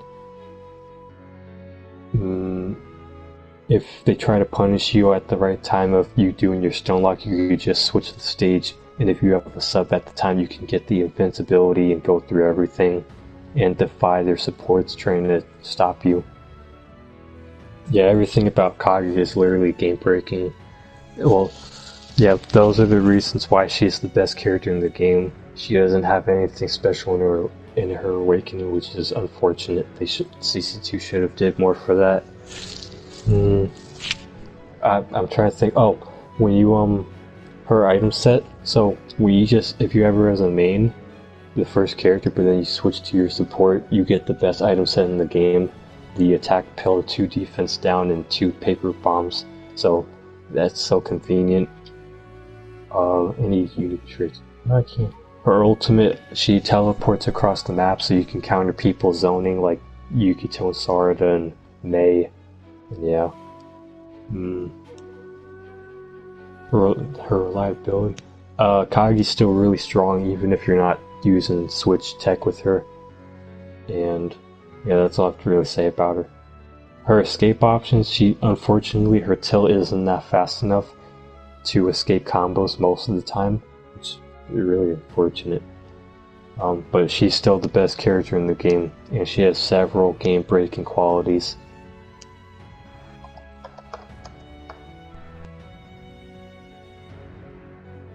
And that's S tier, everyone. Hopefully that didn't take too long, but I wanted to give a very thorough and in-depth description of each of these characters in the last tier of the entire tier list, especially with each character having such a huge presence in the game, so I think it was fair. So I'm here right now to give the closing statements with me, Dimlord, and Rage, since we're together right now.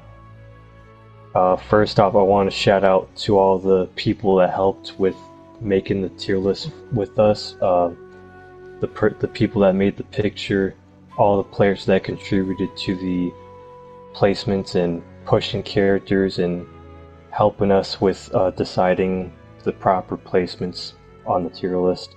So, starting for the players that helped with the placements, shout out to Paradoxitic, Gurmijo, Fleece Johnson 98, Kawaki, True Prodigy, Gunweed, Bates, AK My True Hero Deku, Dimlord, Rage, Mado, Malice, Lord Chaos, Crim, Mask, and Death of Darkness. Each of these players, you can easily recognize them, especially the ones that are the top players in the community. Each of them helped me with trying to just figure out these characters and where they belong on the tier list. It helped a lot. We all want to shout out MeladTheBad for helping us he helped make this entire tier list picture. He went through like 30 re-editions because we kept changing placements all the time, but he went out of his way to give this for us, for all that we've done. So thanks, Melad.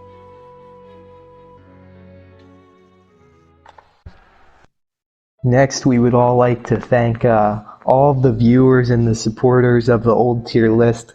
We know that you guys have been waiting a little bit for this tier list to come out, man. It hasn't been too long, just about a couple years, But, you know what I'm saying, man. We'd like to thank the community for the continuing support of the game and for everything that they've done up until this point and keeping this game competitive and having people on it, and just in general for having the game continuously learning new things and having progression towards the competitive scene of this game.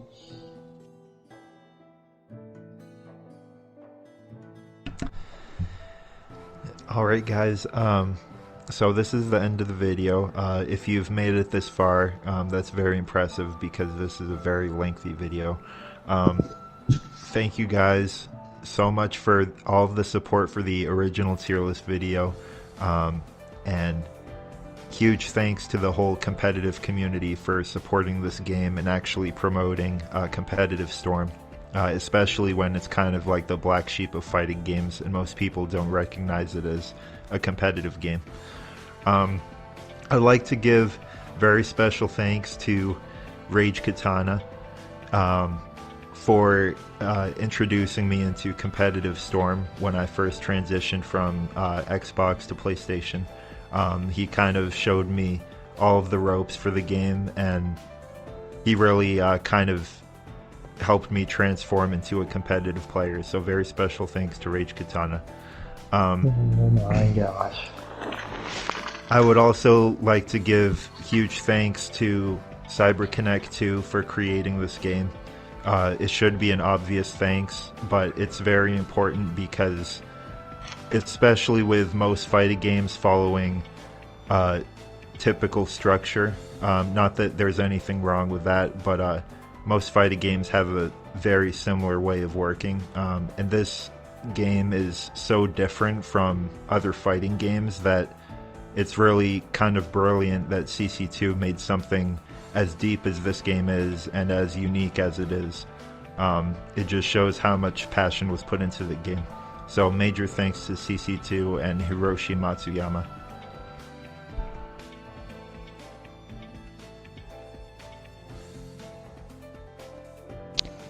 Time for me to say my thanks to Rage Katana and Dim Waters for introducing me to the tier list and letting me help them with the placements, you know what I'm saying?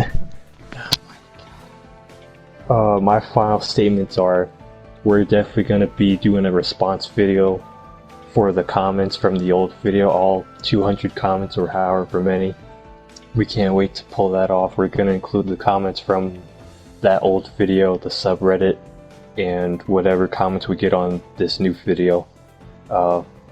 I'm very proud of the tier list and how it came out, and I hope for the community that they take the placements and it helps them like really learn how the characters are meant to be judged and not put in so much arbitrary opinion into it to the point where you can be wrong about something or your judgment can just be so far off.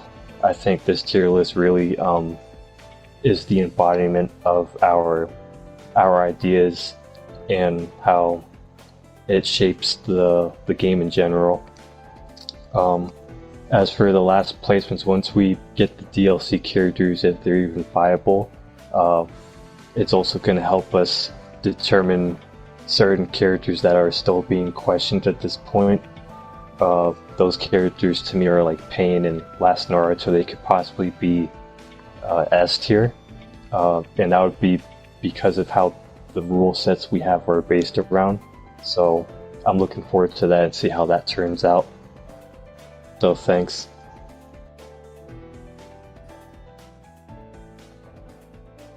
Like, comment, subscribe.